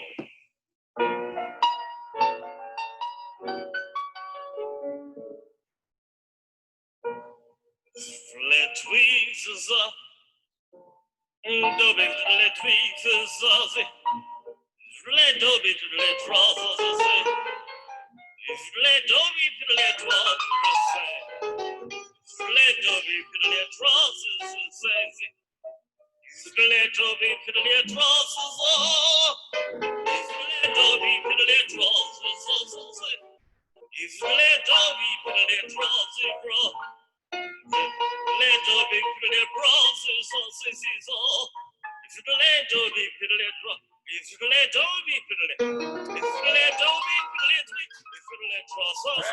What the hell? It's the worst canter I've ever heard. What the hell is that? Oh, shalom, my friend. Shalom, goddammit. This is your old pal, Rabbi Sal Solomon, the founder and spiritual leader of Temple Sons of Bitches in Great Neck, New York. And I am so delighted to be here with you Saturday morning on my Shabbos. I'm not working. I'm not being paid for this, God knows. But I am helping my friend Dave out with this new segment because the son of a bitch won't let me do the interview. The bastard, I hope he dies. But he does let me do this. He lets me go into a couple of local newspapers here on Long Island, the South Shore of Nassau County, even Long Island. One of them, I'll show you the cover there, is the 5 Towns Jewish Times, the 5TJT, or the Chumash Taf Yud Taf, as I like to say, and just go through things that I think I should share with you to give you a little bit of a Jewish flavor. Look at notice the delightful service there with all these Jews in masks, holding a Torah, and then somehow a Schwarze got into the shot. I don't know how. But let's move into the paper. First of all, oh my gosh, I don't know if you have, but if you have children, there's still some summertime left. You need to experience Camp Hask. Camp Hask has these 2 guys, and I know I would trust my children with them, not to mention Uncle Moishi is there with some refugees from the 1960s. The acid is just kicking in as we speak. Ladies and gentlemen, Camp Hask for the Jew-esque experience of a lifetime, my friends. Now we move on to something else. Oh, how about this? How about live Shalom, bring Geula? No idea what the hell that means, but look at all this cool, fun, delightful entertainment, including, and let's get a good shot of him, including this very, very happy man. The leftover acid from the other gentleman this guy's been taking. And of course, this man, his face was normal before COVID, and then without being able to groom the beard, it ended up growing like this. So that's just a little scary right there. Don't forget to shalom and bring geula, my friends. Next page. Oh, this is wonderful. In my rabbinical reflections, I've sometimes tended to get political in my things. I was talking about previous president, I talk about Israel versus the Arabs, but there's also local politics too. And apparently, Lawrence, Long Island is having a very hotly contested mayoral race. And forgive me for using the word mayoral as opposed to mayoral, I would say. But here's the deal. Danny Goldstein is apparently running for mayor, and he has the money to take out a lot of advertisements in the local papers. So here's Danny Goldstein for mayor. of Lawrence, New York. Is this a joke? The current mayor is Mayor Edelman. This is his idea of a park.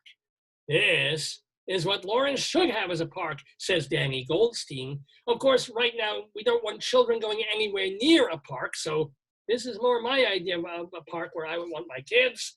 I believe in a great future for the village of Lawrence. Vote for me for mayor. Okay, fine. In the same issue of the newspaper, 2 pages later, oh, look, it's an advertisement. Who's in the advertisement? Oh, look, it's Danny Goldstein again. Here he is. Oh, here we go. Here's another ad. It's hard for me to read this because it's backwards on this thing, but it's Alex Edelman says there is no room for bike lanes in the village of Lawrence. I say there is no room for Alex Edelman in the village of Lawrence. This is literally like what's their names? Al Franken and Tom Davis did a skit like this back on Saturday Night Live of these two fighting politicians. And it's like, yes, I say there's room for a bike lane. I don't know. To me, it's a beautiful park. Putting these long yellow lines would really be an eyesore, especially if you put them on the grass like that. And we move further into the newspaper, and oh my! 2 pages later, ladies and gentlemen, look who's here. It's Danny Goldstein again. Here he is. Roads and sidewalks are of the utmost importance. Oh, look at that. Oh, he found a crack in the sidewalk that's probably from a tree that's off there. But Alex Edelman allows trip hazards because he's going for the 70-year-olds who read this newspaper. With Danny Goldstein, Lawrence will be safe again.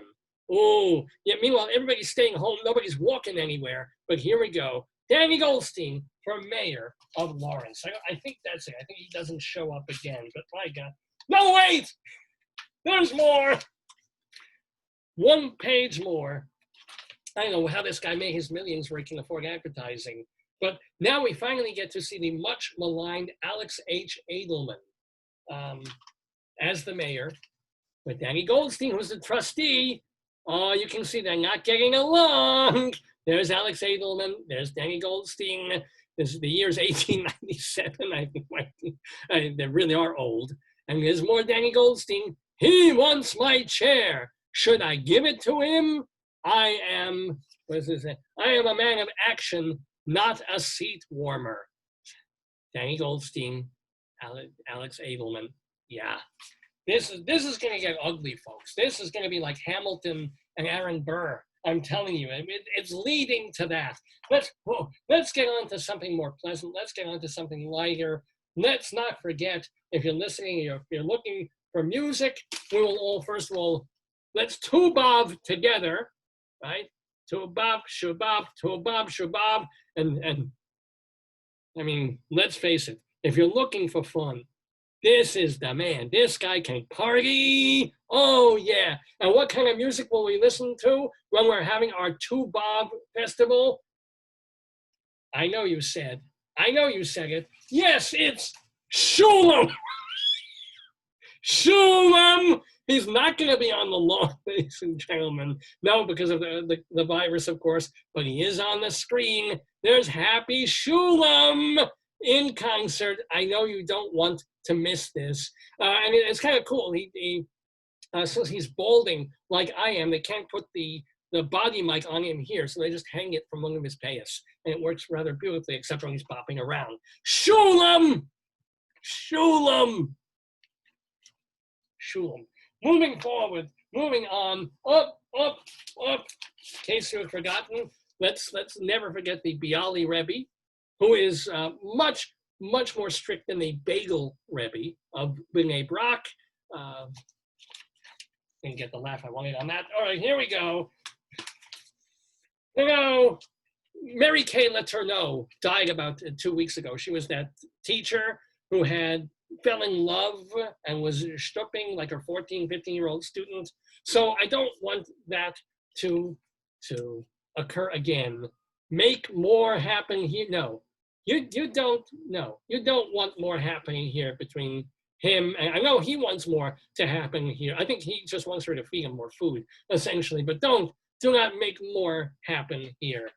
in any way whatsoever, ladies and gentlemen. Oh, isn't this newspaper wonderful? We're doing the 5 Towns Jewish Times, as well as mixing in from the other paper, the other Jewish 5 Towns paper. I forget what it's called, but I do know that if you want success in buying real estate, if you want a guy who looks like the picture of wealth and luxurious living, you need Mark Lipner.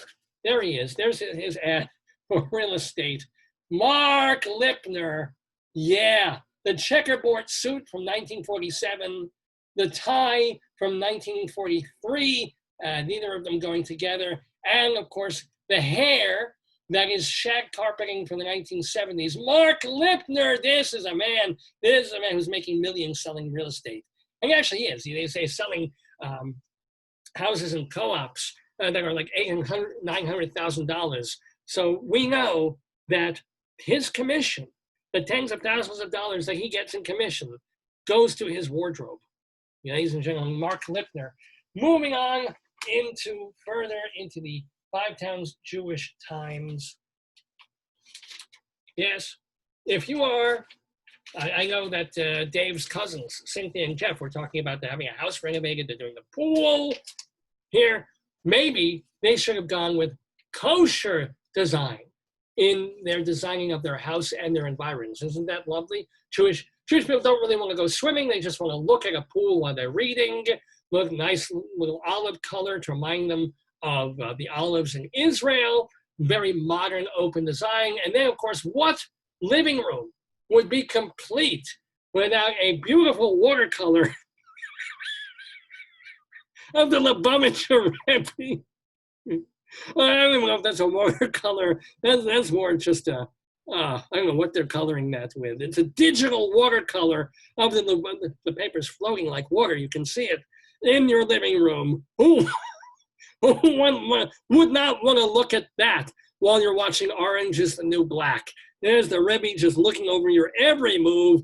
Oh, that's kosher design. Even this guy loves it. Look at that. Oh, he's failing. He's just failing over the whole thing. Oh, a little bit more. I mean, 5 Towns Jewish Times, except I don't know how this gets in here. Sometimes the goyim sneak in the most unassuming ways. We think it's going to be all kosher, all Jewish, all nice. And then they have stories like this. Minnesota man goes water skiing on 11-foot stilts. What this has to do with Judaism, unless he was by doing this, in unbearable foot pain, which Jews can certainly identify with. And then I perfectly understand. Almost finished with this, and want to remind you, we're talking about camps before and fun. There's also, there's time for studying. There's time for learning as well. But who wouldn't want the joy of learning with such happy, fun people? Look at them. Don't they just look so playful? Well, maybe this guy. So delightful to be around. There they are. They're kind of remind me of Menudo now. Exactly what they look like. Moving a little bit forward one more time. This is kind of, now this is an internal ad for this newspaper. Nothing's perfect. Nothing, even Jews are as close to perfection as you can get. But even we are not perfect. And even a newspaper itself can sometimes run into issues, even though they put out an issue every week, can run into issues with its own design. So please note this ad for the 5 Towns Jewish Times. Here are the authors. This is the page that is honoring the people who write for this newspaper. So we see they're looking good. This person is on witness protection. What the hell's happening here? Who laid this out? This is the layout design of this newspaper. It's like, yeah, maybe we could kind of move this over and center it on the page just a little bit so this person doesn't have a split personality. It's just an idea. It's just a thought. These are the thoughts, ladies and gentlemen, that go through my head. And remember, even though it was last week, keep remembering it's Yom Nixie 2020 with Mordecai Shapiro and Benny Friedman And let's not forget Nachum Siegel, the radio host, who's actually really cool, and Charlie Harari, who I have no idea who it is, but ladies and gentlemen, Nixie 2020. So it's a visionary, it's a 2020 visionary thing that we have here, courtesy of the 5 Towns Jewish Times, ladies and gentlemen.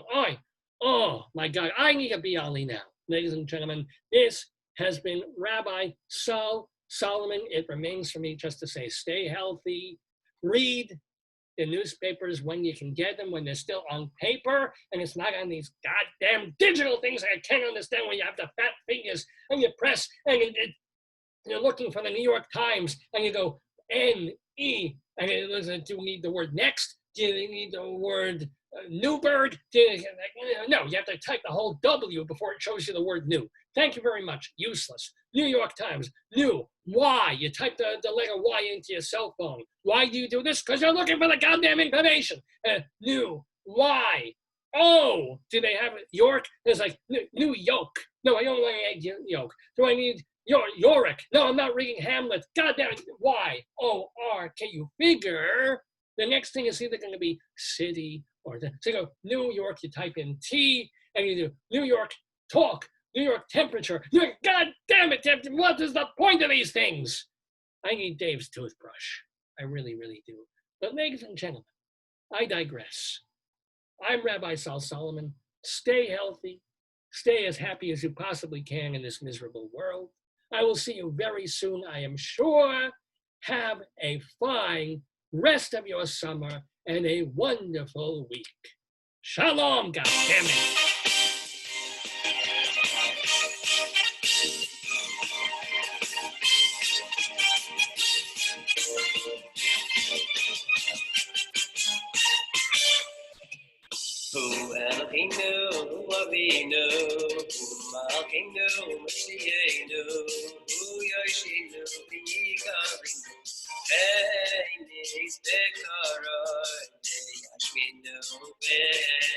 Boy, Rabbi Sol really does need my toothbrush. He just gets worked up over the smallest things. Oh, well, here's a big thing. We're almost at noon on this Saturday, August 8th, 2020, with the 758th episode of The Day Has Gone By, Facebookio, Podcastio, Programmio of the stream. We still have so much to do on the show. We've got our Colorado Limerick of the Damned. We have our wretched pun of destiny. Rabbi Sol is going to be kind of contentious about this one because it involves an Arab person. So I don't know how Rabbi Sol is going to deal with that. And we have our friends of the neighborhood. So we've been having so much fun, so much comedy over the past 3 hours. Hate to bring you down a little bit. I'm not kidding either. I got to bring you down a little bit because I like to do a segment called Inside Broadway. And these are not great times for the Broadway theater that I do love. And that I don't miss as much as I thought I would, but I do miss a bit. Having been an actor, a playwright, a theater critic, a theater journalist for so many years. But I want to keep you posted on what's happening in the world of theater because I do care about it so much. And we call this segment, therefore, Inside Broadway. Hey, where's my Inside Broadway? Oh, that's interesting. Why isn't it showing that? Ah, here we go. Well, I'll do the old one. Inside Broadway, brought to you by Turtle Theater's Performing Arts Insider, your everything theater guide.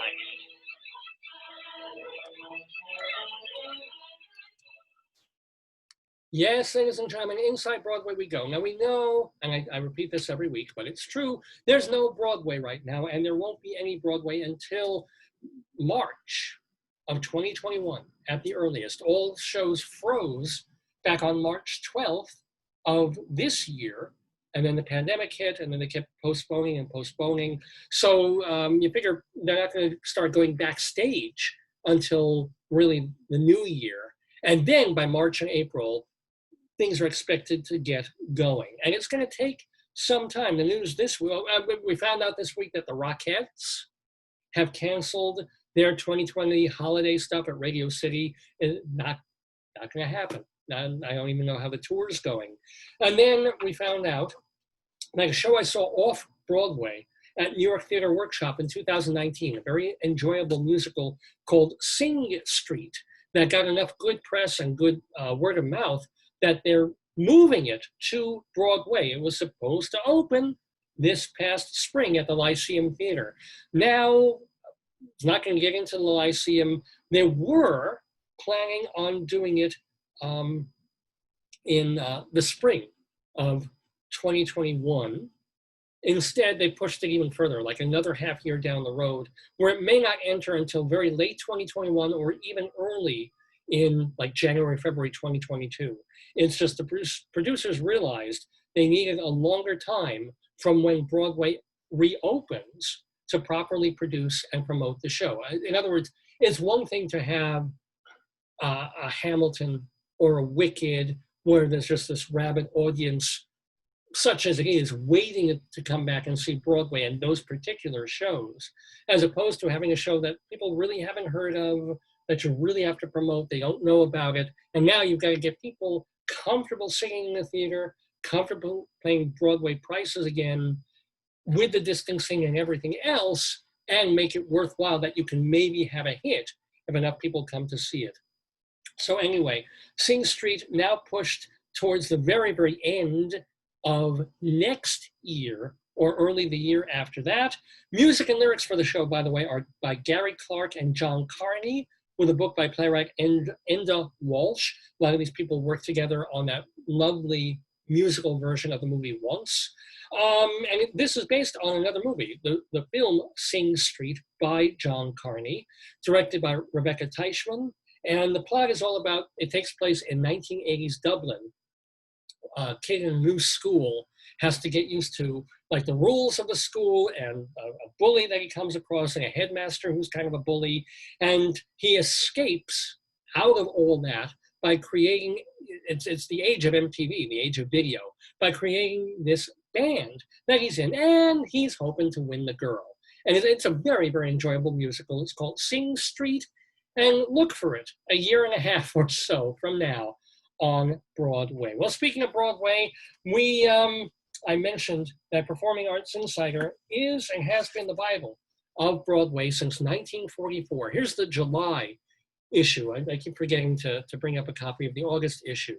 But yeah, we are still publishing, and we are still telling everyone, especially folks in the entertainment industry, about every show on, off, and off Broadway. So for example, this is the cast of the upcoming Broadway revival of 1776. They are, of course, on COVID hiatus. There's when Hamilton first popped on Disney Plus. So yeah, and you go through every issue, you get to this page, there's a map of the Broadway Theater District, all the shows that were running before Broadway went on pause, shows that are supposed to be coming up this year, well, nothing this year, but next year and the year after that. We move on to all the Broadway theaters and their tenants. How many seats do these theaters have? Where are they located? Which producing or landlord owns them? Is it Schubert? Is it Niederlander? Is it Jujamson? All this on one page. And then we get to the press agents, the folks who handle the promotion and marketing for all these shows. How do you get to them? Their email addresses and phone numbers. And then the calendar listings, the chronology of shows starting, previews, opening, and closing on and off Broadway. We then, of course, come to the heart of the magazine, detailed listings of every single show on, off, and off Broadway, whether it's currently running or set to open in the weeks and months ahead. No other journal, no other magazine gives you all that information for Broadway off and off. And we are a hard copy magazine. We still come to you the old-fashioned way, like you would read People magazine or a newspaper. It's a lovely, handy, because each issue is 30, 40, sometimes 50 or so pages long, with incredible information on every single page. Now, you can subscribe to the hard copy edition by going to performingartsinsider.com. That's where all the info is, performingartsinsider.com. You can also, if you want to save some trees, you can have the issue mailed to you in PDF form and save yourself a little bit of money. All the info, performingartsinsider.com. theatertheater.com. You need this journal if you care about the theater, if you care about Broadway. And it has been the Bible of Broadway since 1944. Well, someone even older than that, much older, passed away on this past Wednesday, August 5th, kind of a legend in theater. Eric Bentley was 103 years old when he died this past week. English-born, Oxford and Yale educated, and he went on to teach at Columbia and Harvard. So he's hitting the Ivies all over the place. He was writing theater reviews for the New Republic. As a matter of fact, his reviews were very, shall we say, honest and subjective from his point of view. And he pissed off both Tennessee Williams and Arthur Miller. Both threatened to sue him for what he wrote about their plays, which is kind of amazing. And he wrote several books on theater theory, which we even had to read them when I was going to college. And if you've heard that name, it's also possibly in connection with Bertolt Brecht, because he was really the biggest translator and champion of Brecht's plays and musicals. Eric Bentley was. Bentley, kind of an interesting life. He was married twice, and then he finally admitted to himself that he was gay. Okay, no problem. He was also a 2006 Lifetime Achievement Obie Award winner, as well as back in 1998, he was included early on in the Theater Hall of Fame. That's the wall of names they have in the Gershwin Theater of people who have made quite an important contribution to American and New York theater. And well, Eric Bentley certainly did. So we bid him a fond farewell. I don't think we would know Brecht in this country, whether it's Three Penny Opera or the Caucasian Chalk Circle or what's her name, Mother Courage, the way that we do, had it not been for the efforts of Eric Bentley. Anyway, so a big farewell to him. And another farewell, sigh, a really unexpected one. Actor Brent Carver passed away on August 4th at the age of 68. Brent Carver was a Tony winner. He won the Tony for playing a gay political prisoner in the musical Kiss of the Spider-Woman. And he also won acclaim for playing the doomed Leo Frank, the Jewish guy who was lynched for allegedly doing things to a underage staffer at his factory. They made a musical out of that, because doesn't that scream musical to you? But it was an acclaimed musical called Parade, and Carver was in that. He also did a bunch of shows at the Stratford Festival up in Canada. He was in the Orlando Bloom Romeo and Juliet from just a couple of years back on Broadway. I don't have a reason for his passing so young, but we did lose Brent Carver this past week from the neighborhood. And as sad as we are when we lose people like that, like Eric Bentley and Brent Carver and all the folks that we've lost over the past few months, it's also sad, I'm not going to say even sadder, but just as sad sometimes to lose a place. And it was announced this week that after nearly 50 years in production, the Broad Hollow Theater on Long Island is shutting down, is closing for good. It was just, they just got new owners in 2019. Arthur and Laura Longobardo took over, but the problem was, since March of this year, they have not taken in $1 in receipts, because how could they?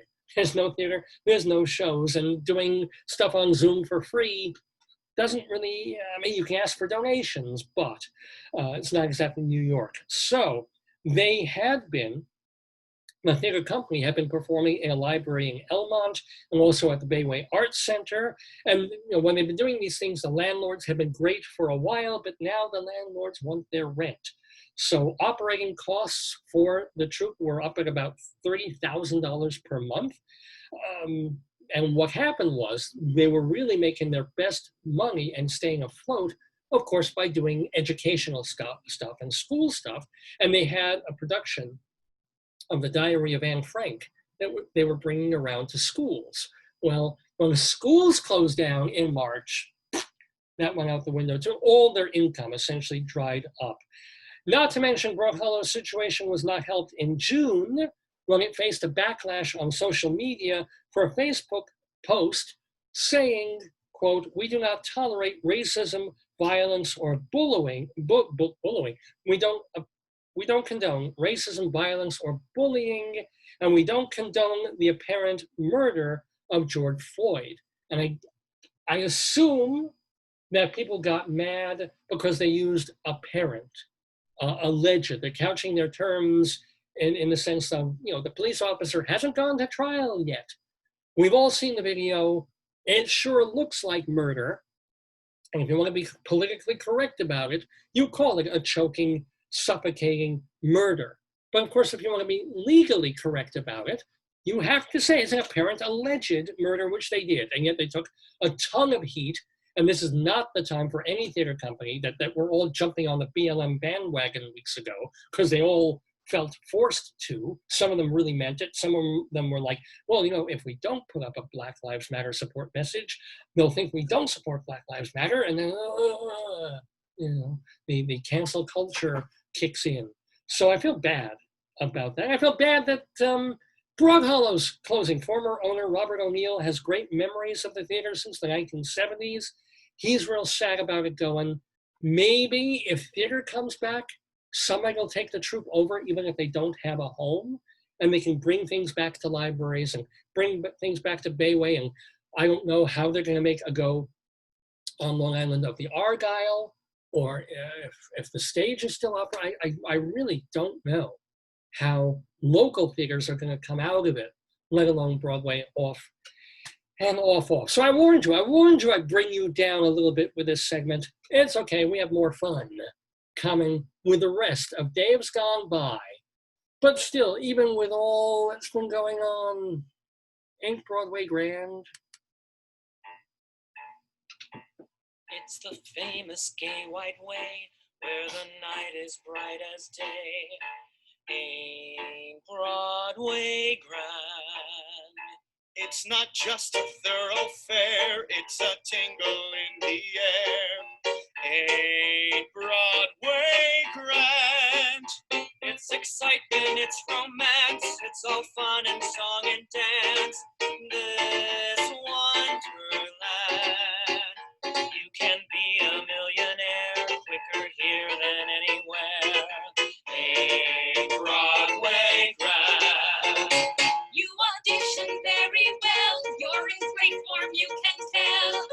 Ain't Broadway grand? As you do your flash and take, we'll call you is all they say. Ain't Broadway grand? Then it happens they pick you, and your dream is coming true, just as you planned. And that opening night is here, and the critics rave and cheer. Ain't Broadway grand? Well, yes, ain't Broadway grand? I think I like that song, not just because I enjoyed the musical and every other critic pounced on Ain't Broadway grand, but it's also the one chance I get during the show to pee. I can play that song, not apparently worry about copyright, and empty my bladder, which is a good thing when I do this show, which was supposed to be over by noon, but it's Dave's Gone Overtime. We do it. We've been doing it for ages. We'll be out of here in probably another 15, 20 minutes because we still have some stuff to do. We still have our Wretched Pun of Destiny, our Colorado Limerick of the Damned, and of course our friends of the neighborhood. I want to remind you, I forgot to mention in the Broadway segment also that we have a website called totaltheater.com that is free.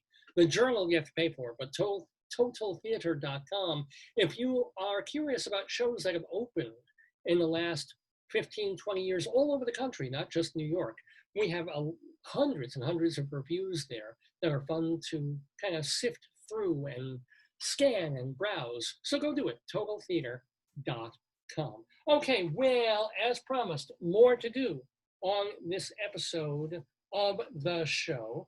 For example, well, I gave you a preface before the previous segment, before Inside Broadview. I warned you that it'd be a downer. I warned you there'd be dead people in it and a theater closed. I'm going to give you a different kind of warning on this one. This is a wretched pun of destiny. This is something that will make you feel bad in a very, very different way, because you're going to have to endure a play on words, a piece of so-called humor that, you know, and it's lunchtime and you're eating. I apologize for this. We do have a brand new wretched pun of destiny, all about an Arab. Interesting, huh? Oh, Rabbi Sal's grumbling already. No, Rabbi Sal, it's not quite what you think. So, ladies and gentlemen, please gird your loins. It's time for the wretched pun of destiny.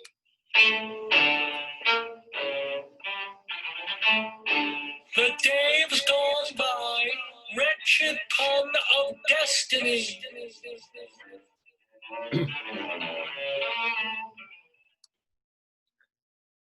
Nigerian Minister Abdu Dauda is seated in his private plane about to fly across the continent.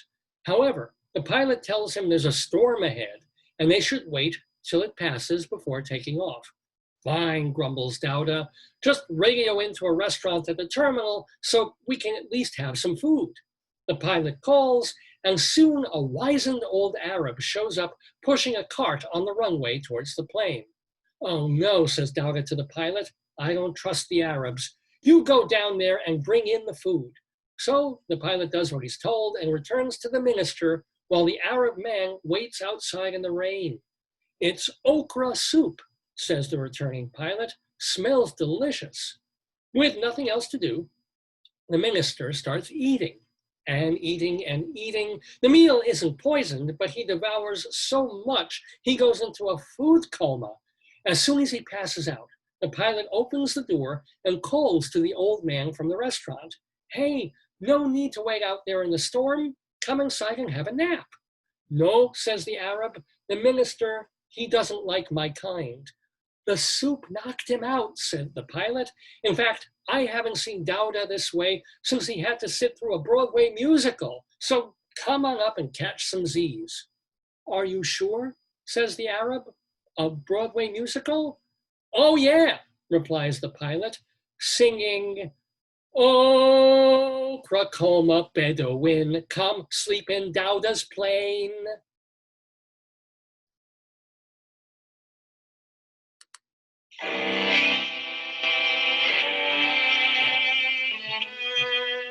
We here at Dave's Gone By apologize for bringing you the wretched pun of destiny.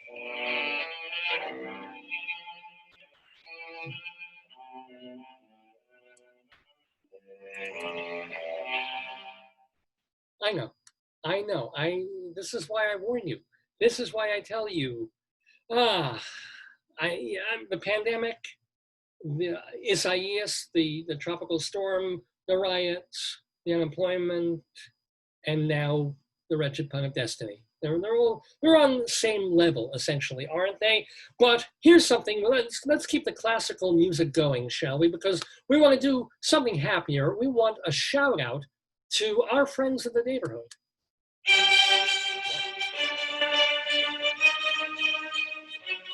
Get down.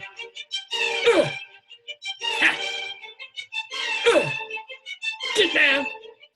Yes, ladies and gentlemen, the wretched pun, we got through the wretched pun of destiny, but over the years, like we had such fun with my cousins Cynthia and Jeff, who are now officially friends of the neighborhood because they've been on this program. And we've had celebrities on the program for 18 years almost. So we like to keep in tabs on them, let you know what they're up to since they've been on the show. So, for example, this week's friends of the neighborhood include musician David Broza. He has a new single from his upcoming album. It's called I'll Never Ride a Horse Again. He must have some chafing problems there. I'll Never Ride a Horse Again. The album is called En Casa Limon.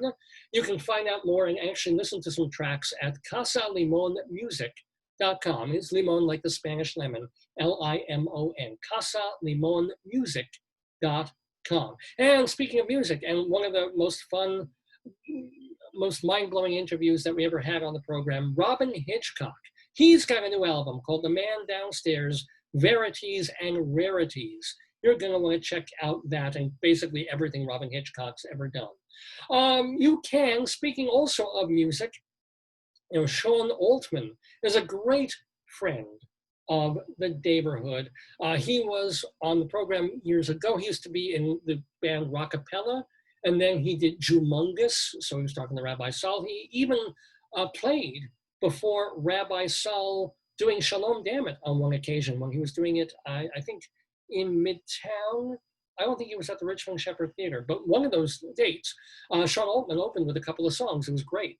So yeah, he's still out there. It's a little tough these times for musicians. So he's trying to make some money by doing something called a Sean-ogram, where he will sing the song of your choice. And obviously he's a very, very talented musician. So go to his Facebook page, Sean, S-E-A-N, Sean Altman, and get yourself or get a friend a Sean-ogram. Now, more music news. Jorma Kaukonen, yes, he's doing another solo concert from his Fur Peace Ranch. I think it's his 18th, and it's tonight, the 8th, at 8 o'clock, and you can watch it for free on your YouTube channel, Jorma Kaukonen, of course, from Jefferson Airplane and Hot Tuna. Playing today and tomorrow, it's the Homebound Project. It's a bunch of short plays, which will include our friend of the neighborhood, the wonderful actor, and also one of my favorite guests ever, Austin Pendleton alert!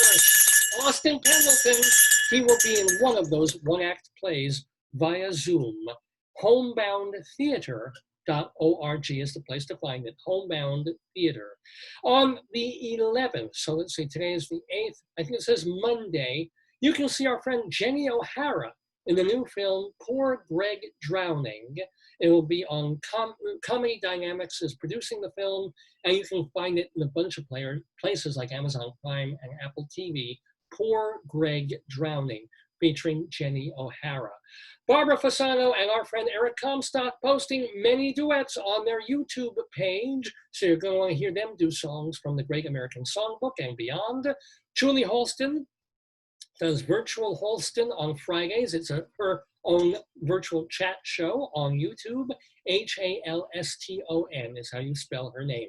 StageBuddy.com, which is Evan Seplow's website for if you're curious about, well, obviously there's not much New York nightlife right now, but there are stories certainly about life during the pandemic in Manhattan, and StageBuddy.com is the place to find out about that. Dr. Demento doing new Dr. Demento shows at drdemento.com. Sounds of Broadway.com by our friend Stuart Brown is a website of Broadway music 24/7. And of course, our friend Bob Cudmore doing podcasts of upstate New York history at bobcudmore.com. Those, my friends, are the friends of the neighborhood. Why is it playing? There we go.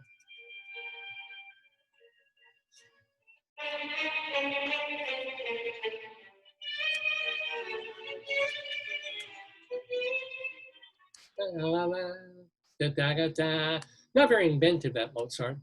Anyway, I'm Dave Lefkowitz. You are watching the trailing, almost end of this edition of Dave's Gone By. We've already done a whole bunch. We've had Rabbi Saul in here. We've had my cousins in. We've done our Wretched Pun of Destiny.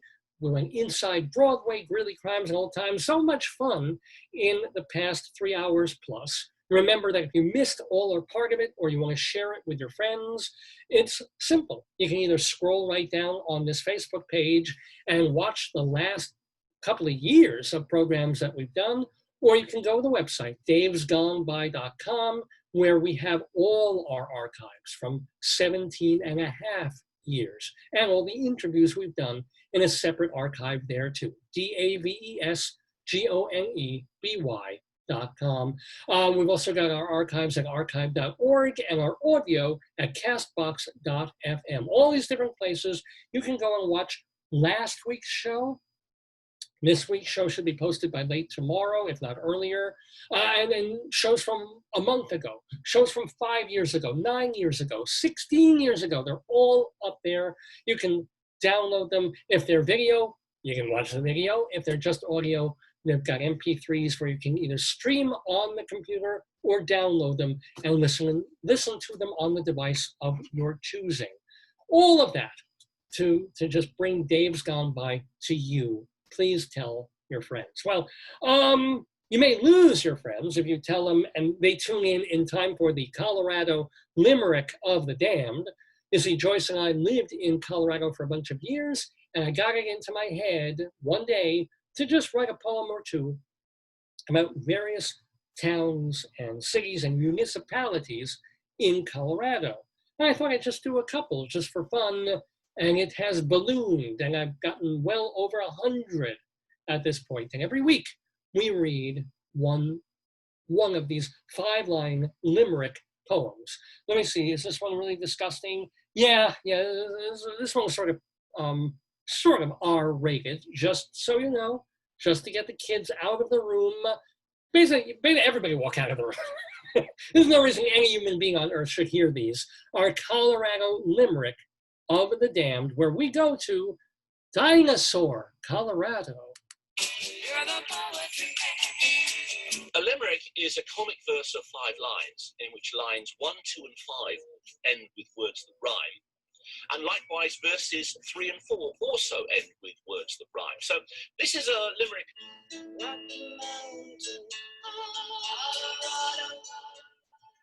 Yes, my friends, Rocky Mountain in Colorado, where we go for our Colorado Limerick of the Damned. And this one is, as I said, there's a place in Colorado called Dinosaur.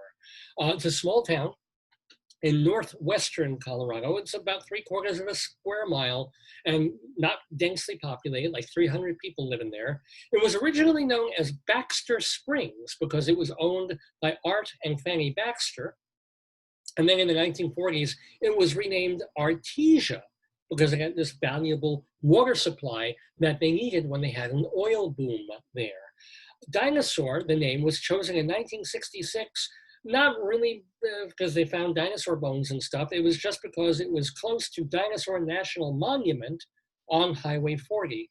And many streets in the town, this is way cool, streets in this town are named after dinosaurs, including Cletosaurus Circle, Tyrannosaurus Trail, and Antrodemus Alley.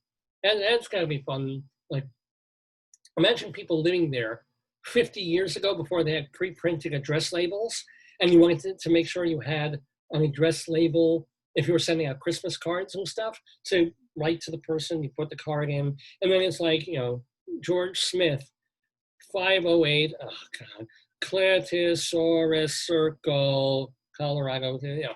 Anyway, but Dinosaur, Colorado, it exists, it's real, and therefore I have written a short, awful poem about it.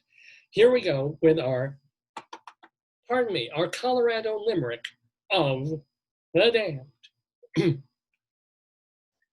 A tender young hooker from Dinosaur says too much sex makes her vagina sore.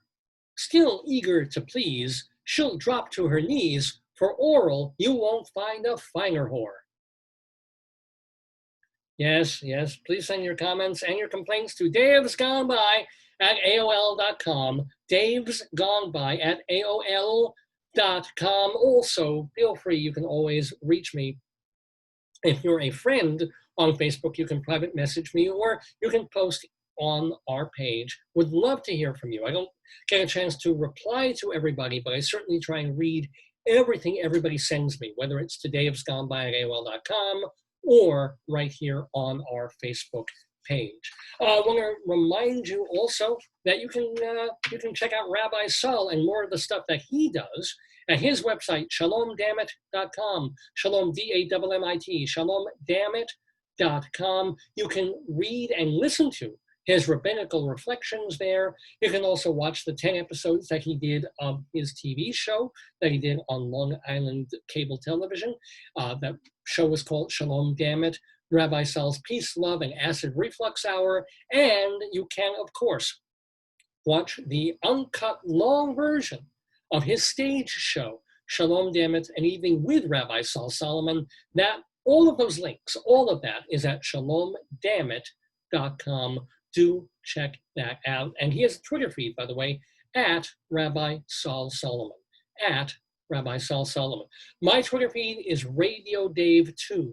Radio Dave and the number 2. In case you want to follow me on Twitter, I don't post that much. I don't have time in my life to do. I don't have an Instagram yet. I'm not on TikTok or dealing with the Chinese there. I'm just doing my thing right here on Facebook every Saturday from 9 until noon or thereabouts. And we are certainly in our thereabouts portion of the program on this Saturday, August 8th, 2020, wrapping up the SHUBIE Do episode of Dave's Gone By with a big final thank you so much to Jeffrey Kirsch and Cynthia Shub Kirsch for being such fun guests, for showing us their dogs, and for playing our Today Yesterday quiz with us. That really made it so lively. We're going to try and do that again next week. I'm really looking forward to that. So, yeah, I don't know if we're going to have other guests next week. Maybe not. You just have to check our Facebook page and the davesgoneby.com homepage to find out. But I will let you know as soon as I know. But either way, Lord willing and the creeks don't rise, I will be back next Saturday morning, August 15th, 2020, with the 759th episode of Dave's Gone By. So stay healthy. Listen, our Potato, do you want a rematch with Chicken? I don't know if you guys were watching. He wants to take on one of the chickens that came in later to the rescue of the other chicken that was losing in the ultimate fight. So I'm going to give a countdown. All right? Play fair, play nice. I'm going to count down from 3, and then you start wrestling, all right? Okay, here we go. 3, 2, hey, that's a, oh, Potato, I call foul. Yeah, it's time. It's time to go. Days gone by, days gone by, days gone by, And gone by.